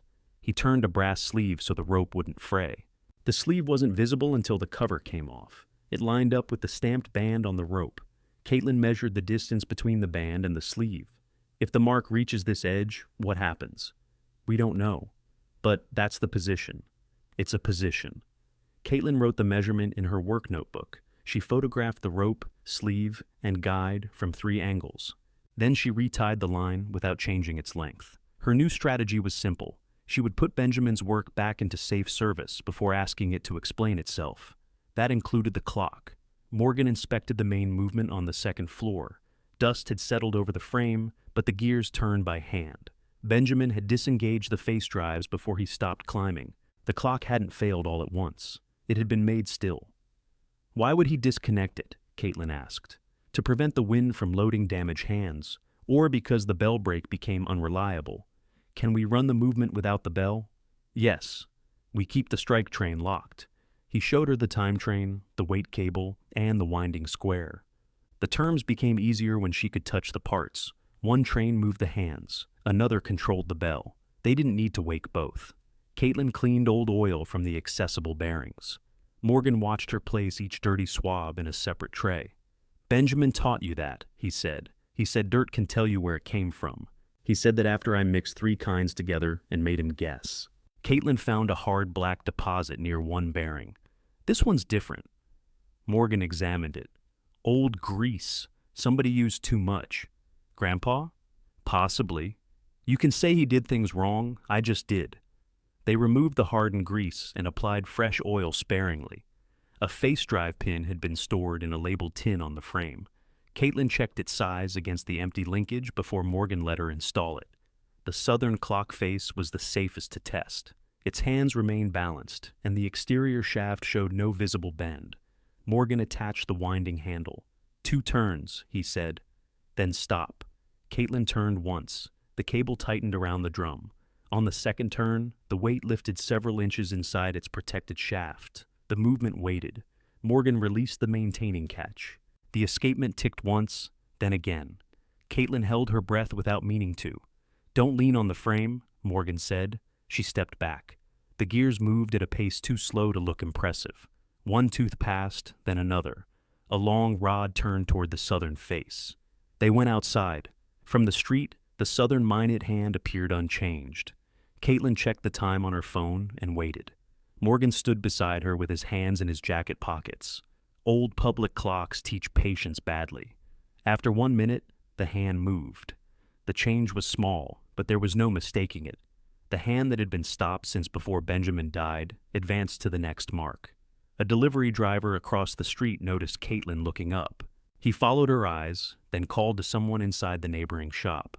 By the time the hand moved again, Isaac's pickup had arrived. He got out, looked at the clock, and smiled. You kept the strike locked? He asked Morgan. Of course. Had to ask. Caitlin watched the hand make one more step. The tower had done something visible because she had chosen a safe sequence and followed it. Morgan placed a foundation sign inside the fence. It announced that stabilization and clock assessment were in progress. Beneath that, in smaller print, it named the proposed adult repair workshop. The sign stayed within Caitlin's property. People could read it from the sidewalk. Hunter read it from his car that afternoon. He parked across the street, but didn't enter. He watched the Southern hand move, photographed the sign, and sent the picture to Lori. Then he enlarged the lower line until the words proposed repair workshop filled his screen.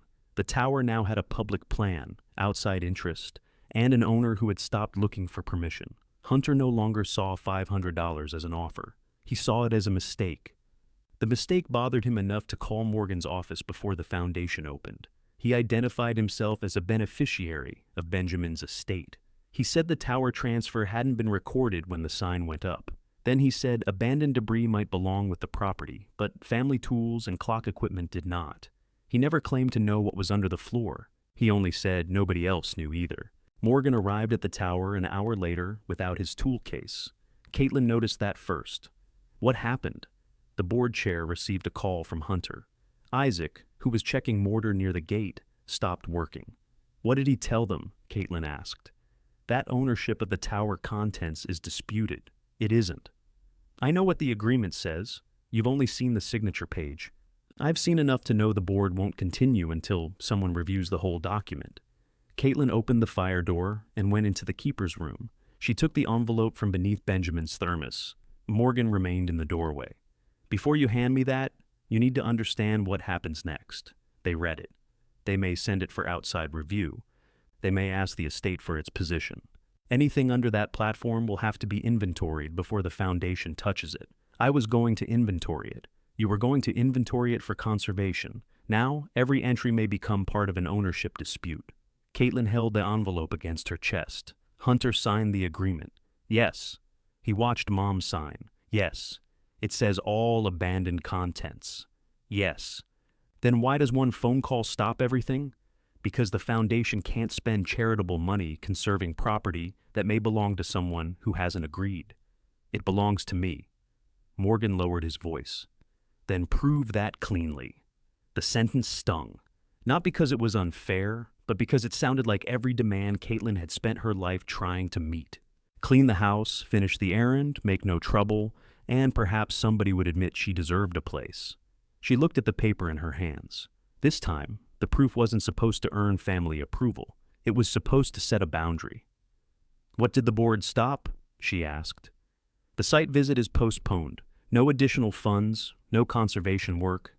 The equipment loan ends Friday. The lifting gear too? Yes, we don't need it now. The rope and inspection lights are foundation property. The new rope hasn't been installed. I know.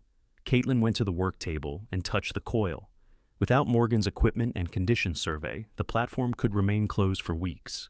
If the board decided the disagreement was too risky, the proposed workshop would lose the one source of support willing to consider it. Do you have to remove the sign? She asked. Morgan looked through the window. The board asked me to. She nodded once. Then remove it. Isaac came inside. That sign doesn't change the stabilization. No, Caitlin said. It doesn't change the clock moving. No, it doesn't change the supports. I know. Morgan folded the foundation sign and placed it in the back of his truck. The empty brackets remained on the fence. People across the street could see that something had been taken down, even if they didn't know why. By noon, Hunter's version had reached Lori. She called Caitlin and asked whether the foundation had stopped work. They paused it. Hunter says they agree the estate may own what's inside. They haven't agreed to that. He said they removed their sign because he created a dispute. Lori was quiet. He called to protect the estate. He called because the clock hand moved. You don't know why he called. I know when he called. Lori walked through Benjamin's nearly empty kitchen while they spoke. A buyer had visited that morning and asked why one bedroom wall had nail holes. Lori had spent 20 minutes filling them, then another 10 worrying that the patch spots looked worse. She no longer trusted any problem to remain small. If there are estate assets in that building, we have to deal with them, she said. You sold me everything abandoned inside. Abandoned means trash. Does the agreement say trash? I don't remember every word. You signed it. I signed what the lawyer prepared because the tower had to leave the estate, and it did. That doesn't mean your grandfather's personal property suddenly became yours. You and Hunter emptied what you wanted. We removed the inventoried tools. You removed everything you thought was useful. Lori's voice sharpened. That's not the same thing. It was when you sold the rest for $8. There was a pause. Caitlin hadn't repeated the price since the day at the kitchen table. Lori heard it now, beside the moving clock, the reinforced platform, and Hunter's sudden concern. The amount made the deal sound less practical than it had inside the cleaned house. We didn't know there was a hidden space, Lori said. Neither did I. That matters. Why? Because Dad may have put something there that belongs to the estate, or he may have built an empty hole. Then why are you fighting so hard to open it? Caitlin looked at the brass band on the old rope. Because he marked the mechanism. Because he reinforced the space. Because he wanted a repair center here. He talked about a lot of things. He did this. You don't know what he did. That's why I'm opening it. Lori's breath caught. Not without us. Us? Hunter and me? You wanted nothing to do with the tower. That was before. The words came out before Lori could soften them. Caitlin sat down at the work table. Before what? Before there was a question about estate property. Before somebody else thought the place could work. That isn't fair. It's accurate. Lori lowered her voice. If you open the floor alone, Hunter will say you removed things. I won't remove anything. How would we know? The question did more damage than Hunter's call. Caitlin stared at the rope while Lori waited. Her mother feared missing property more than she trusted her daughter not to take it. I'll photograph everything, Caitlin said. That's not enough. It was enough when Hunter took Grandpa's tools. Those were listed, by you and Hunter. The lawyer had the list. After you made it, Lori said. This is exactly why nobody should touch that floor until the ownership question is settled. If Caitlin agreed, Hunter could keep the platform closed by repeating the question.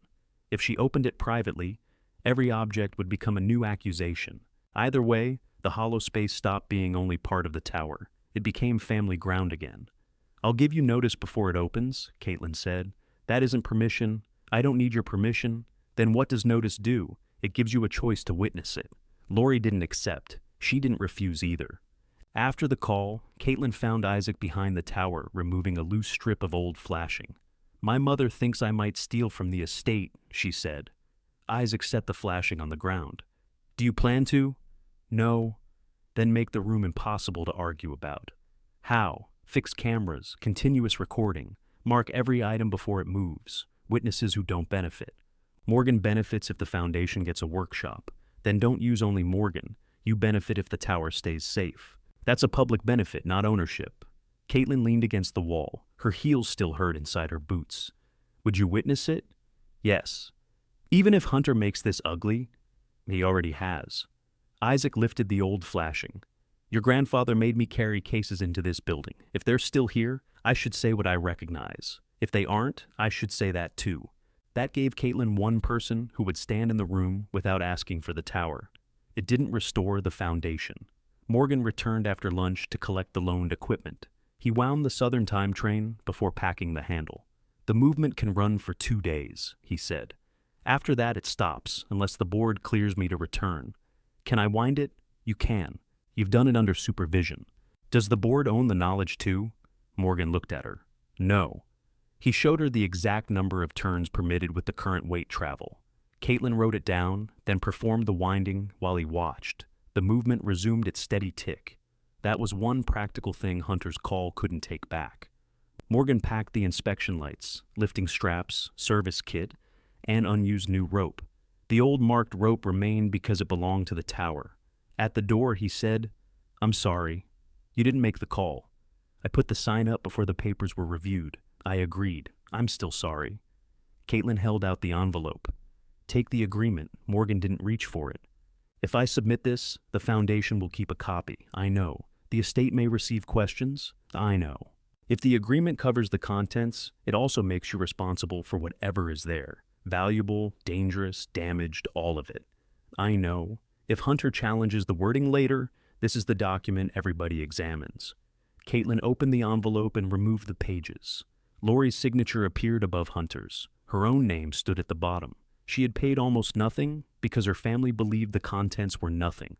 That didn't make the agreement less ordinary. It made their choice harder to deny. Submit every page, she said. Morgan took the document. What do you want the board to do? Confirm whether it gives me control of the tower and everything abandoned in it. If they can't confirm that, tell me exactly why. And if they can, then we inventory the platform properly, with notice to Lori and Hunter. Morgan placed the agreement inside his case. Hunter's counterstep had removed the funding, the public sign, and Morgan's immediate help.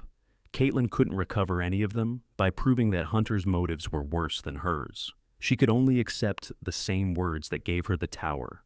All abandoned contents meant the burden as well as the value. Morgan sent it before leaving the tower. The foundation acknowledged receipt that afternoon. Its board chair didn't promise funding or take a position. She asked for the recorded transfer, the estate inventory, and confirmation from whoever prepared the sale agreement. Caitlin had the first document by the next morning. The county emailed a recorded copy, showing the transfer had been entered 2 days earlier. The timing removed Lori's suggestion that the sale might disappear before recording. It didn't answer what abandoned contents meant, but the tower was no longer waiting in a county stack under Benjamin's estate. Caitlin saved the record in 3 places. The estate inventory was harder. Lori had never given her a complete copy. Caitlin called and asked for one. "Why?" Lori said. "The foundation wants to compare what the estate removed with what the sale left behind." "That sounds like they're taking your side. They're checking paperwork." Hunter says the phrase abandoned contents only meant junk. Then the inventory should help him. Lori didn't like that answer. "I'll ask the lawyer what you're entitled to," she said. "I'm a buyer and a beneficiary. I'm asking for the final inventory that you and Hunter used. You make it sound as though we hid it. I'm asking you to send it." Lori promised to look. 2 hours later, a scanned copy arrived from the estate lawyer's office. It listed the truck, household property, savings, and tools removed from the tower before the sale. The entries included portable drill, table saw, hand tools, ladders, and general maintenance equipment. Nothing referred to property beneath the platform. A note at the end stated that remaining items at Bellwether Clock Tower were left for transfer with the structure. Caitlin read the note twice. It wasn't a new promise. It was the estate's own record of the choice already made. She forwarded it to Morgan. The person who prepared the agreement agreed to a short call that afternoon. He reminded everyone at the beginning that he had represented the estate, not Caitlin or the foundation. "I can explain the document's preparation," he said. "I can't decide a future disagreement." Morgan asked why all abandoned contents had been included. Ms. Lori Shaw wanted the estate's responsibility to end at transfer, the lawyer said. Mr. Hunter Shaw agreed. They did not want the cost of removing material from the tower. "Was any category reserved to the estate?" Morgan asked. The listed tools had already been removed. The agreement contains no other contents exception. Caitlin sat beside the phone in the keeper's room. She could hear paper turning at the lawyer's desk. "If my grandfather placed something beneath the floor," she said, "does the agreement include it?" The lawyer paused. "That depends on whether it was part of the contents at transfer and whether someone can make a credible argument that it wasn't abandoned. I can't determine facts no one has seen. So you can't answer. I can answer what the paper says. It conveys the structure, fixtures, keys, and all abandoned contents present at transfer. It does not say visible contents. It does not say worthless contents. Did my mother understand that?" I reviewed the language with her. "And Hunter?"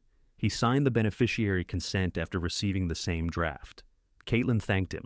He ended the call and left the question where it belonged, inside the agreement and whatever waited under the floor. Morgan called an hour later. "The board's reviewer accepts that you control the site and its unlisted contents for purposes of a documented inspection.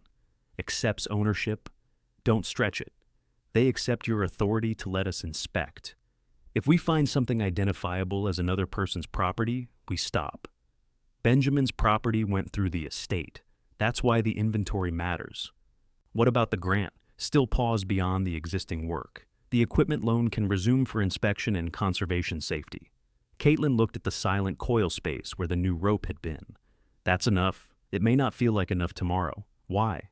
"Because once the platform opens, you can't make everybody know what's there." Caitlin had spent days trying to reach that point. Now that it was close, she understood the warning. If the hollow space held damaged timber, she owned another repair. If it held nothing, she had sold her car to reach an empty room. If it held anything Benjamin meant to protect, using the agreement would put Caitlin directly against Lori and Hunter. There would be no return to the old family pattern after that. Lori could no longer treat Caitlin's claim as temporary stubbornness. Hunter could no longer pretend his offer had been brotherly advice. "Bring the equipment," Caitlin said. Morgan returned the following morning with inspection lights, cameras, the service kit, and the new rope. Isaac brought a folding table and a box of blank inventory tags. They began without touching the platform. Caitlin photographed the room from every corner. She recorded the chalk outline, the post shoes, the rope guide, and the brass service band. Isaac read the time and date aloud, while one fixed camera recorded. Morgan tested the southern clock movement. Caitlin had wound it correctly during his absence. The face drive remained steady, and the strike train remained locked. "You kept a winding log?" he asked. She showed him the notebook. Morgan turned 3 pages, then handed it back. "Good." The word meant more than praise because it referred to something specific. They inspected the old bell rope again. The frayed section couldn't safely carry the full bell load. The short tail beneath the cleat remained sound, and included the brass band and line entering the platform. "We preserved the service section," Morgan said. "Replace the working length above it." "Can the rope still operate normally?" Caitlin asked. "Yes. We make the splice above the cleat. The lower tail stays isolated unless you release it." "Release it how?" Morgan pointed to the way Benjamin had wrapped the rope around 2 sides of the cleat. "Normal use keeps this tail slack.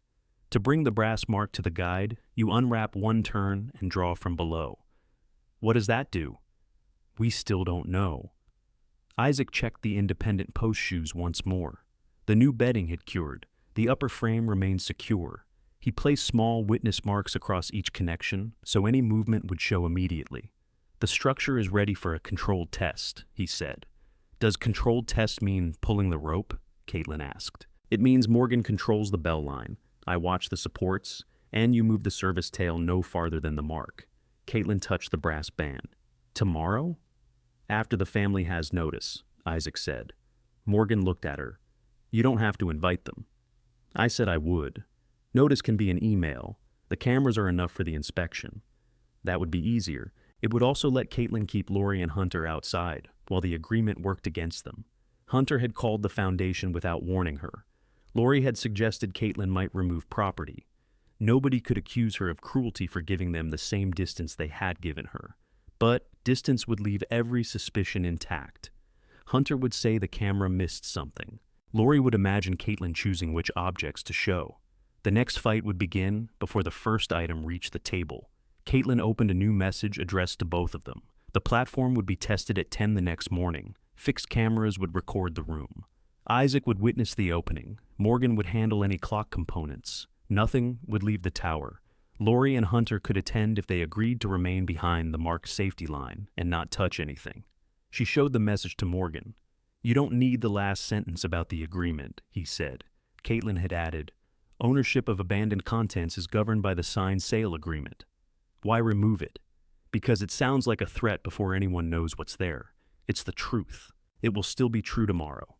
Caitlin deleted the sentence. That was the easier, cruel shortcut she refused. She didn't need to make Lori and Hunter feel defeated before the floor opened. She needed them to respect the physical boundary and the paper they had signed. She sent the notice. Hunter replied first. "I'll be there. Do not open it before 10. Lori called instead. "Are you really doing this?" "Yes." "With Hunter in the room?" "If he follows the rules, he thinks you're trying to take estate property." "I know." "Then why invite him?" "Because watching is not the same as controlling." Lori was silent. Caitlin said, "You can come without agreeing with me. What happens if there are family things?" "We identify them, and then we follow the agreement." "You make it sound so simple." "No. I'm making the next step clear," Lori asked. "If the paper says you own something Dad cared about, are you going to keep it just because you can?" Caitlin looked toward Benjamin's thermos. She could have answered yes. She could have reminded Lori that Hunter kept the tools because his name appeared beside them. Instead, she said, "If there's something personal that should return to the family, I'll listen. I'm not promising to divide clock parts before anyone knows what they are. That's not what I asked. It's the answer I have." Lori said she would come. After the call, Caitlin put the signed agreement inside a clear protective sleeve. She placed the estate inventory behind it and the county record last. The agreement remained the first page because the other papers only confirmed its setting. Morgan installed the new working length of bell rope. He joined it above Benjamin's service section with a compact splice. then tested the normal line without moving the marked tail. The brake held.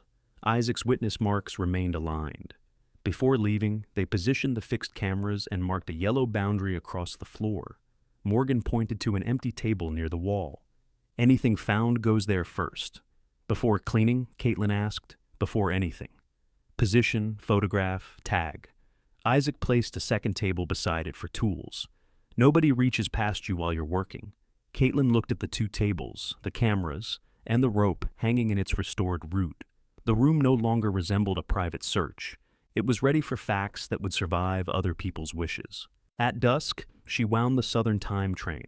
The steady ticking continued above the fire door, while she checked every page in the clear sleeve. Using the agreement would likely end the last easy version of being Lori's daughter and Hunter's younger sister. Caitlin accepted that price without deciding she had to stop loving either of them. She set the sleeve on the inventory table directly beneath the fixed camera and left the mark service tail untouched for morning. At 9:40 the next morning, Hunter arrived carrying a folder he hadn't shown anyone. Lori came 5 minutes later. She stayed near the door and kept her coat on. Morgan returned the foundation equipment to the tool table.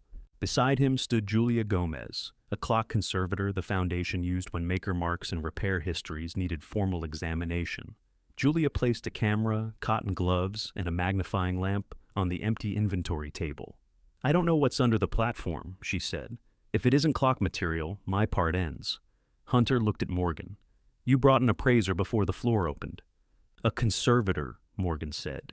"She records condition and provenance." "That sounds like appraisal with cleaner hands." Julia ignored him. Isaac checked the witness marks around the post's shoes. Each line remained straight.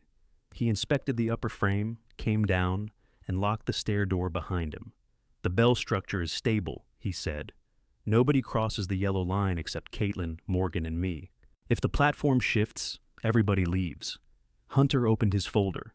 Before anything opens, the estate objects. Caitlin stood beside the protected agreement. The estate sold the building, not Grandpa's concealed property. "You don't know that there is any. You brought a conservator, because the rope has his service mark." Hunter removed a printed page from his folder. It was the email he had sent the foundation. The sale was for a condemned structure and abandoned junk. Nobody agreed that you could take valuable family property hidden from us. Lori looked at the chalk rectangle. She had repeated that idea to herself all night. If Benjamin had hidden something, then he couldn't have abandoned it. If he hadn't abandoned it, then perhaps the agreement didn't reach it. That version let her believe the division could still be corrected without admitting it had been careless. "I think we should wait," she said. "For what?" Caitlin asked. "For everyone to agree on ownership. Hunter won't agree until he knows whether it's worth taking," Hunter said. "That's not what this is. What is it? Protecting Grandpa's estate. You sold me the remaining contents. Visible contents." Caitlin lifted the agreement from the table. "Show me that word." Hunter didn't take the paper. "The intent was obvious," he said. "Yes. You intended to leave me everything you thought was worthless. That isn't a legal argument. It isn't supposed to be. It's what happened." Lori said, "Caitlin, if there are personal things down there, they should be divided fairly, like the tools." Hunter turned toward her. "You need to stop using those tools as an excuse." "For what?" "For trying to turn one cheap sale into the inheritance you wanted." That was the false version he had chosen completely. Caitlin hadn't bought the tower because she expected compensation. She had signed because the family had given her a burden and called it a choice. Everything afterward had come through work Hunter didn't want to do. She could have argued until the cameras ran out of storage. Instead, she placed the agreement back beneath the fixed camera. "Your objection is recorded," she said. "Stay behind the line." Hunter looked at Lori. "If she opens it, she's accepting responsibility for anything damaged," Caitlin answered. "I already accepted responsibility." Morgan held the restored working rope steady above the cleat. Isaac stood where he could watch both lower post shoes. Caitlin removed the loose turn around the cleat. Benjamin's original service tail moved freely through the brass sleeve. "Slowly," Morgan said. She drew the rope upward. The brass band approached the wooden guide. Resistance increased beneath the platform, the same firm pull she had felt before. Caitlin stopped and checked Isaac. "Supports are still aligned," he said. She pulled again. The brass service mark reached the lower edge of the guide. For 1 second, nothing happened. Then a weight moved below the floor. A metal catch released with a heavy click. The rope pulled back against Caitlin's hands, not toward the bell, but downward through the hidden sleeve. A fitted seam appeared inside the chalk rectangle. The central section of the platform rose less than an inch. Morgan secured the rope at Benjamin's marked position. Isaac inserted 2 lifting hooks into the exposed seam. Together, he and Caitlin raised the panel. A concealed counterweight took most of its weight. The platform section lifted on iron pivots and stopped at an angle, revealing stone steps beneath it. No board had been pried loose. No second document had opened another door. Benjamin's marked bell rope had released 1 counterweighted floor hatch. Cool, dry air came from below. Isaac shone a light down the steps. Masonry looked sound. Morgan checked the opening. Nobody enters until we photograph it. Julia moved the fixed camera closer without crossing the line. Hunter stared into the opening. His folder hung at his side. Caitlin took the first photographs from above. The chamber was deeper than a crawl space and lined with pale stone. Wooden cases stood along both walls. Several iron clock movements rested on fitted shelves beneath canvas covers. Narrow drawers filled the far end. A bound ledger lay on a central workbench. Morgan closed his eyes briefly when he saw the first movement. "What is it?" Caitlin asked. "An early American tower movement, at least from here." "Is it valuable?" "I'm not answering from the stairs." Julia put on gloves. Neither am I. Isaac descended first and checked the floor, ceiling, and walls. Then Caitlin followed. The chamber smelled of wood, metal, and the dry paper of the ledger. Benjamin had wrapped the movements in oiled cloth beneath their canvas covers. Small chalk labels identified towns, manufacturers, and repair dates. Drawers held bushings, pins, gear blanks, hand-cut screws, and replacement teeth sorted by size. The tools weren't ordinary house tools. There were depthing gauges, wheel-cutting fixtures, pivot files, staking tools, and small lathes made for clockwork. Caitlin stood beside the workbench without touching anything. "He built a shop down here. A protected collection room," Morgan said. "The public shop was meant for upstairs." Isaac descended behind him. He looked at the stone curb, then at the cases. "I laid this wall," Hunter heard him from above. "You knew?" "I knew Benjamin was making a dry room beneath the platform. I didn't know how he planned to enter it." "You helped hide estate property." "No, I helped your grandfather reinforce his tower." Isaac pointed toward the older cases. "I lowered those through the temporary opening before the platform went down. He told me they held movements he'd recovered. I helped with 2 more loads over the years, but he always stored them after I left." "Why didn't you say that before?" Lori asked. "I said I carried cases in. I didn't know they were still here." Julia descended and began with the ledger. Each page identified a clock movement, its maker, approximate date, source, known repairs, and matching marks. Benjamin had drawn damaged gear sections and recorded the replacement teeth he cut. Some entries included photographs fixed to the page corners. At the front, he had written a short purpose statement. Julia read it silently, then handed the ledger to Caitlin. Benjamin described the collection as working stock for Bellwether Tower. He wanted complete movements preserved as teaching examples, usable parts kept with their records, and the lower floor reopened as a repair center. The chamber was protection, not a vault for sale. "He meant the workshop," Caitlin said. Morgan nodded. "He prepared more of it than I knew." Hunter came to the yellow line. "Does the ledger say Caitlin gets it?" "No," Julia said. "Then it's estate property." "The ledger establishes provenance," Morgan said. "The sale agreement establishes the claim transfer." "Claimed," Hunter repeated. Caitlin carried the ledger upstairs and placed it beside the agreement. "Julia needs room to work," she said. "You can watch from the line." For the next 4 hours, Julia examined the collection one item at a time. Caitlin photographed each object before it moved. Morgan read ledger entries aloud. Isaac identified the cases he remembered carrying. Julia matched maker stamps on the frames to Benjamin's pages. She found his crossed gear service mark on repaired bearings and replacement teeth. Numbers chalked beneath the movement bases matched numbers in the ledger. The specialized tools fit the recorded repairs. Nothing depended on a single label. By mid-afternoon, the inventory covered several pages. Julia removed her gloves and sat at the work table. "I've confirmed the major movements and the documented repair groups," she said. The ledger is consistent with the physical marks, materials, and known manufacturers. I see no indication that it was assembled after the fact. Hunter asked the question first. What's it worth? Julia looked at Caitlin because Caitlin owned the site and had requested the examination. As a documented working collection, approximately $310,000. Lori sat down. Hunter's eyes moved toward the open hatch. He wasn't looking at clocks anymore. He was dividing the number into pieces. That belongs to Grandpa's estate, he said. Caitlin slid the signed agreement across the table. The estate sold me the tower, its fixtures, keys, and all abandoned contents present at transfer. Those weren't abandoned. Grandpa protected them. He died. You inventoried what you wanted. Your final inventory says everything remaining transferred with the structure. We didn't know. Neither did I. The price proves nobody intended this. The price proves what you thought the tower was worth. Hunter turned to Lori. Tell her this isn't finished. Lori looked at her own signature. She remembered insisting on the contents language because she didn't want another cleanup bill. The agreement had done exactly what she wanted. It had ended the estate's responsibility. She couldn't call the burden Caitlin's and the value Benjamin's without changing the meaning after the fact. I reviewed this before I signed, she said quietly. Hunter stared at her. Mom, the tools we removed are on the inventory. These aren't. You can't just hand her $310,000. I didn't.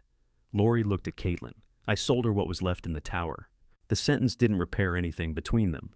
It did end the false version. Hunter closed his folder. So, she gets everything because of $8 and a phrase nobody thought about. Caitlin kept her hands flat on the table. I get the responsibility you wanted me to take. Julia packed her magnifying lamp. Her work had authenticated the collection, not awarded it. Isaac's memory had confirmed Benjamin's work, not changed the sale. The ledger explained the plan, but it did not transfer ownership. The signed estate sale agreement did that. Morgan stood beside the open hatch. The foundation can now consider a conservation agreement with Caitlin as owner. Hunter looked once more at the movements below. Will they sell? He asked. Not one by one, Caitlin said. You don't know what that money could do. I know what Benjamin wanted the collection to do. Hunter picked up his folder and walked out.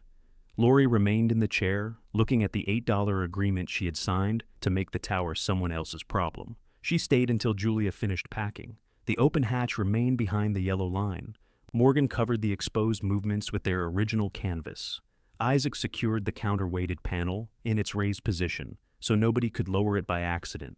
Lori touched the edge of the clear sleeve. I should have read this differently, she said. You read it the way you needed it to work, Caitlin replied. Lori withdrew her hand. I was afraid of the demolition bill. I know. That doesn't excuse how we handled it. No? Lori waited. She had offered the shape of an apology and expected some change in Caitlin's face. Nothing changed. What do you want me to say? She asked. I don't know. I admitted I was wrong. I heard you. Then why are you still angry? Caitlin looked toward the hatch. Because you believed Hunter could take the tools on his word, but you thought I might steal from a room I owned. Lori opened her mouth, then closed it. That doesn't disappear because the agreement held, Caitlin said. I need time. How much? I'm not giving you a date.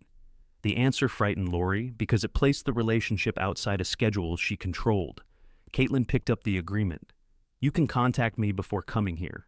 You don't use an estate key. You don't bring Hunter to speak for you. I didn't know he would call the foundation. You sent him here after I refused the cancellation. I asked him to talk to you. That's part of the problem. Lori nodded slowly. What about family things in the chamber? She asked. We'll review the inventory after Julia's report. The clock collection stays together, and personal photographs. If there are any, we can make copies. That was more than Hunter had offered her during the estate division. Lori heard it and didn't point it out. She left the tower without asking to see the collection again. Julia completed her preliminary report at the work table. She identified the most vulnerable movements, the tools needing immediate rust protection, and the papers requiring stable storage. The value depends on keeping the collection documented and together, she told Caitlin.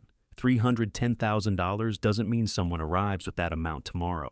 I understand. It also doesn't mean every piece should be restored.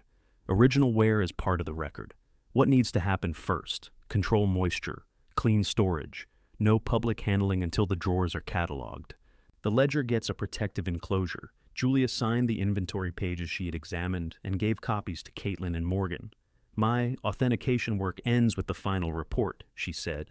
Any future conservation plan goes through the Foundation. Caitlin thanked her. Julia left before dark.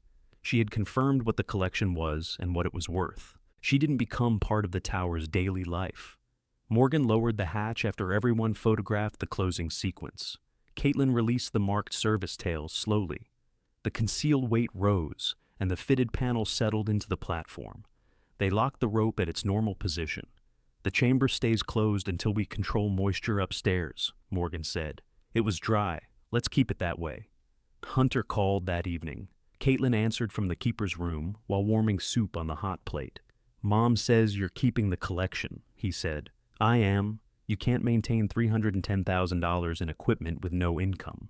The Foundation is preparing an agreement. That means they'll control it. It means they'll fund conservation under conditions. What conditions? I haven't received them yet. Hunter made an impatient sound. You need to sell enough to fix the building properly. Keep the best movement if that makes you feel loyal. Sell the duplicates and parts. They aren't duplicates. The ledger connects them to repairs and teaching sets. You've been a clock expert for one afternoon. No, that's why I listened to one. You could sell a few pieces, buy a house, replace your car, and still have a workshop. You asked if they would sell before you left. Because money is part of the decision. It's the whole decision for you. Somebody has to care whether the numbers work. The Foundation will show me the numbers.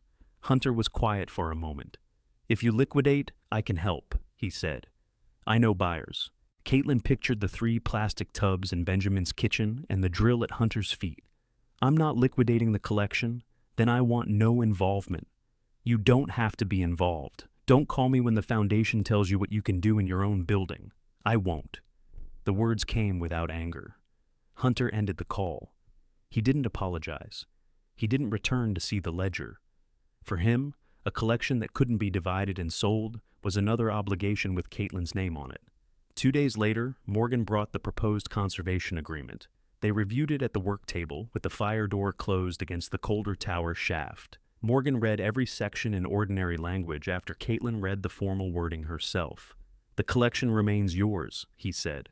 You agree not to split documented groups or sell major pieces without conservation review. Can the Foundation stop any sale? It can end funding and enforce the preservation terms tied to funded work. So, if I sign, I'm accepting limits. Yes. What does the Foundation provide? Conservation funds, environmental equipment, workshop fixtures, instruction, insurance during approved public programs, and paid project hours for the site coordinator. Who's the site coordinator? You, if you accept the training requirements. Caitlin looked up. Paid for actual work. Inventory, access records, maintenance checks, and program support. It isn't a salary for owning the building. It was enough to buy food, replace the bottled water, and stop measuring every trip across town against money she no longer had. It didn't buy a car or erase the tower's needs. She continued reading. The agreement required scheduled public clock repair access once the ground floor met safety standards. Adult apprentices would work under qualified supervision. The keeper's quarters remained private. The Foundation couldn't enter without notice except during an immediate threat to funded property. Caitlin tapped that section. Make notice at least one day unless there's fire, flooding, or structural danger. Morgan wrote the change. What if the board changes its mind about the workshop? She asked. Then unspent funding stops. Completed improvements remain with the tower. What if I change mine?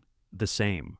You keep the collection and lose future support, subject to any conservation work already promised. What does Isaac owe? Nothing unless he signs a separate volunteer schedule. Isaac, sitting near the stove, said, 2 mornings a week. I'm not becoming the building department. Caitlin smiled. Clear limits. Still the best kind, he said. Morgan made the revisions. Caitlin signed the agreement after reading it again from the beginning. The Foundation's signature followed the next day. Funding didn't arrive as cash in her hand. Approved invoices went directly to suppliers. Caitlin's project hours required logs. Public access couldn't begin until the lower room had safe wiring, exits, and a clean work zone. The collection had removed the immediate threat that she would lose the tower for lack of repair money. In exchange, the tower now came with a duty that could last longer than any grant. Lori returned the following week. She called first. When Caitlin opened the gate, Lori stood beside her car with 2 wooden tool chests. "I found these behind the garage shelving," she said. Caitlin recognized Benjamin's small hand tool boxes. They held files, calipers, punches, screwdrivers ground to unusual widths, and a hand brace with a polished handle. "These were on Hunter's list," Caitlin said. "They were listed as general hand tools. I told him they belong with the clockwork." "What did he say?" "That I was choosing your side." "Are you?" Lori looked at the tower. The southern clock hand moved above them. "I'm correcting one thing I can correct." That wasn't the same as repairing their relationship. Caitlin knew it, and Lori was beginning to. Together, they carried the chests inside. Lori stopped at the yellow line. "May I put them on the table?" "Yes." She placed them beneath the fixed camera without being asked. Caitlin opened each chest and photographed its contents. Several tools carried Benjamin's crossed gear mark. Morgan would compare them with the ledger later. Lori watched Caitlin make the inventory. "I can drive you to the supplier tomorrow," she said, "if you need it." Caitlin didn't answer immediately. Accepting one ride wouldn't erase the old dependence. Refusing every offer wouldn't create a healthier relationship either. "I need to go at 9, she said. "I'll be here at 1:45. Call if you're late. I will." Lori left after that. She didn't ask to stay for coffee. Caitlin didn't offer. The 2 tool chests remained on the work table, returned by action and not yet restored to use. Lori arrived at 8:45 the next morning. She didn't honk from the street. She called from outside the gate, as Caitlin had asked. "I'm here," she said. "I'll be out in a minute." Lori waited in the car while Caitlin locked the tower. During the drive to the supplier, she didn't offer advice about materials or ask how much foundation money remained. She carried 2 boxes back to the car and accepted the receipts when Caitlin handed them to her. At the tower, Lori stopped beside the gate. "Do you need help taking these inside?" "Yes." They carried the boxes to the ground floor. Lori placed them where Caitlin pointed. Then she left, without trying to turn one useful morning into proof that everything between them was repaired. That was the first test. The foundation's environmental equipment arrived 3 days later. Caitlin and Morgan installed monitors in the chamber before moving any collection piece. Humidity readings stayed within the safe range until the hatch remained open for longer work. Then damp air from the tower began settling below. Morgan showed her the change on the monitor. "This is why we measure before assuming." Caitlin closed the hatch and checked the rope position. "So, we control the room above first." They sealed the worst wall gaps, repaired the remaining roof seams, and installed a quiet ventilation unit approved under the conservation agreement. Funding paid the suppliers. Caitlin recorded each delivery and every hour she spent on the project. Her first payment as site coordinator arrived after Morgan reviewed the log. It wasn't a gift from the collection, it was pay for work she had done. Caitlin used part of it for groceries and part for proper work boots. She kept the boots beside the fire door and stopped reopening the blisters on her heels. The keeper's quarters changed one ordinary repair at a time. Safe wiring replaced the temporary extension cord. Water ran from the sink after the damaged supply line was replaced. Caitlin scrubbed the green thermos and found a plain black lid that fit it. She patched the bedroom ceiling with Isaac watching from a chair. "You missed a screw," he said. "Where?" He pointed with one finger. She found the empty spot and drove the screw. "You could have helped hold the panel," she said. "I'm observing. You're drinking my tea." I brought the tea. His 2 mornings each week remained 2 mornings. He arrived when promised, worked until 3, and left even when Caitlin wanted one more task finished. His limits made his help dependable. Morgan spent other days traveling to clock sites around Wyoming. He didn't become permanently available because Caitlin owned a difficult tower. He gave her a schedule, and she planned work around it. When the chamber environment stabilized, they opened the hatch for inventory sessions. Caitlin pulled the restored bell rope only to Benjamin's brass service position. The counterweight released the fitted panel each time without strain. When work ended, she returned the rope to normal service and recorded the chamber closure. The ledger received a protective enclosure. The rare movement stayed on padded shelves. Replacement parts went into labeled drawers matching Benjamin's pages. His returned hand tools filled the cabinet nearest the first workbench. The Foundation requested an extra public tour before the keeper's quarters had a proper interior lock. Caitlin refused. "The ground floor can open after the exit lighting is installed," she told Morgan. "The quarters remain private. The board wants donors to see progress. They can see the workshop. They don't need to see where I sleep." Morgan took the answer back to the board. The tour was limited to the ground floor and chamber viewing area.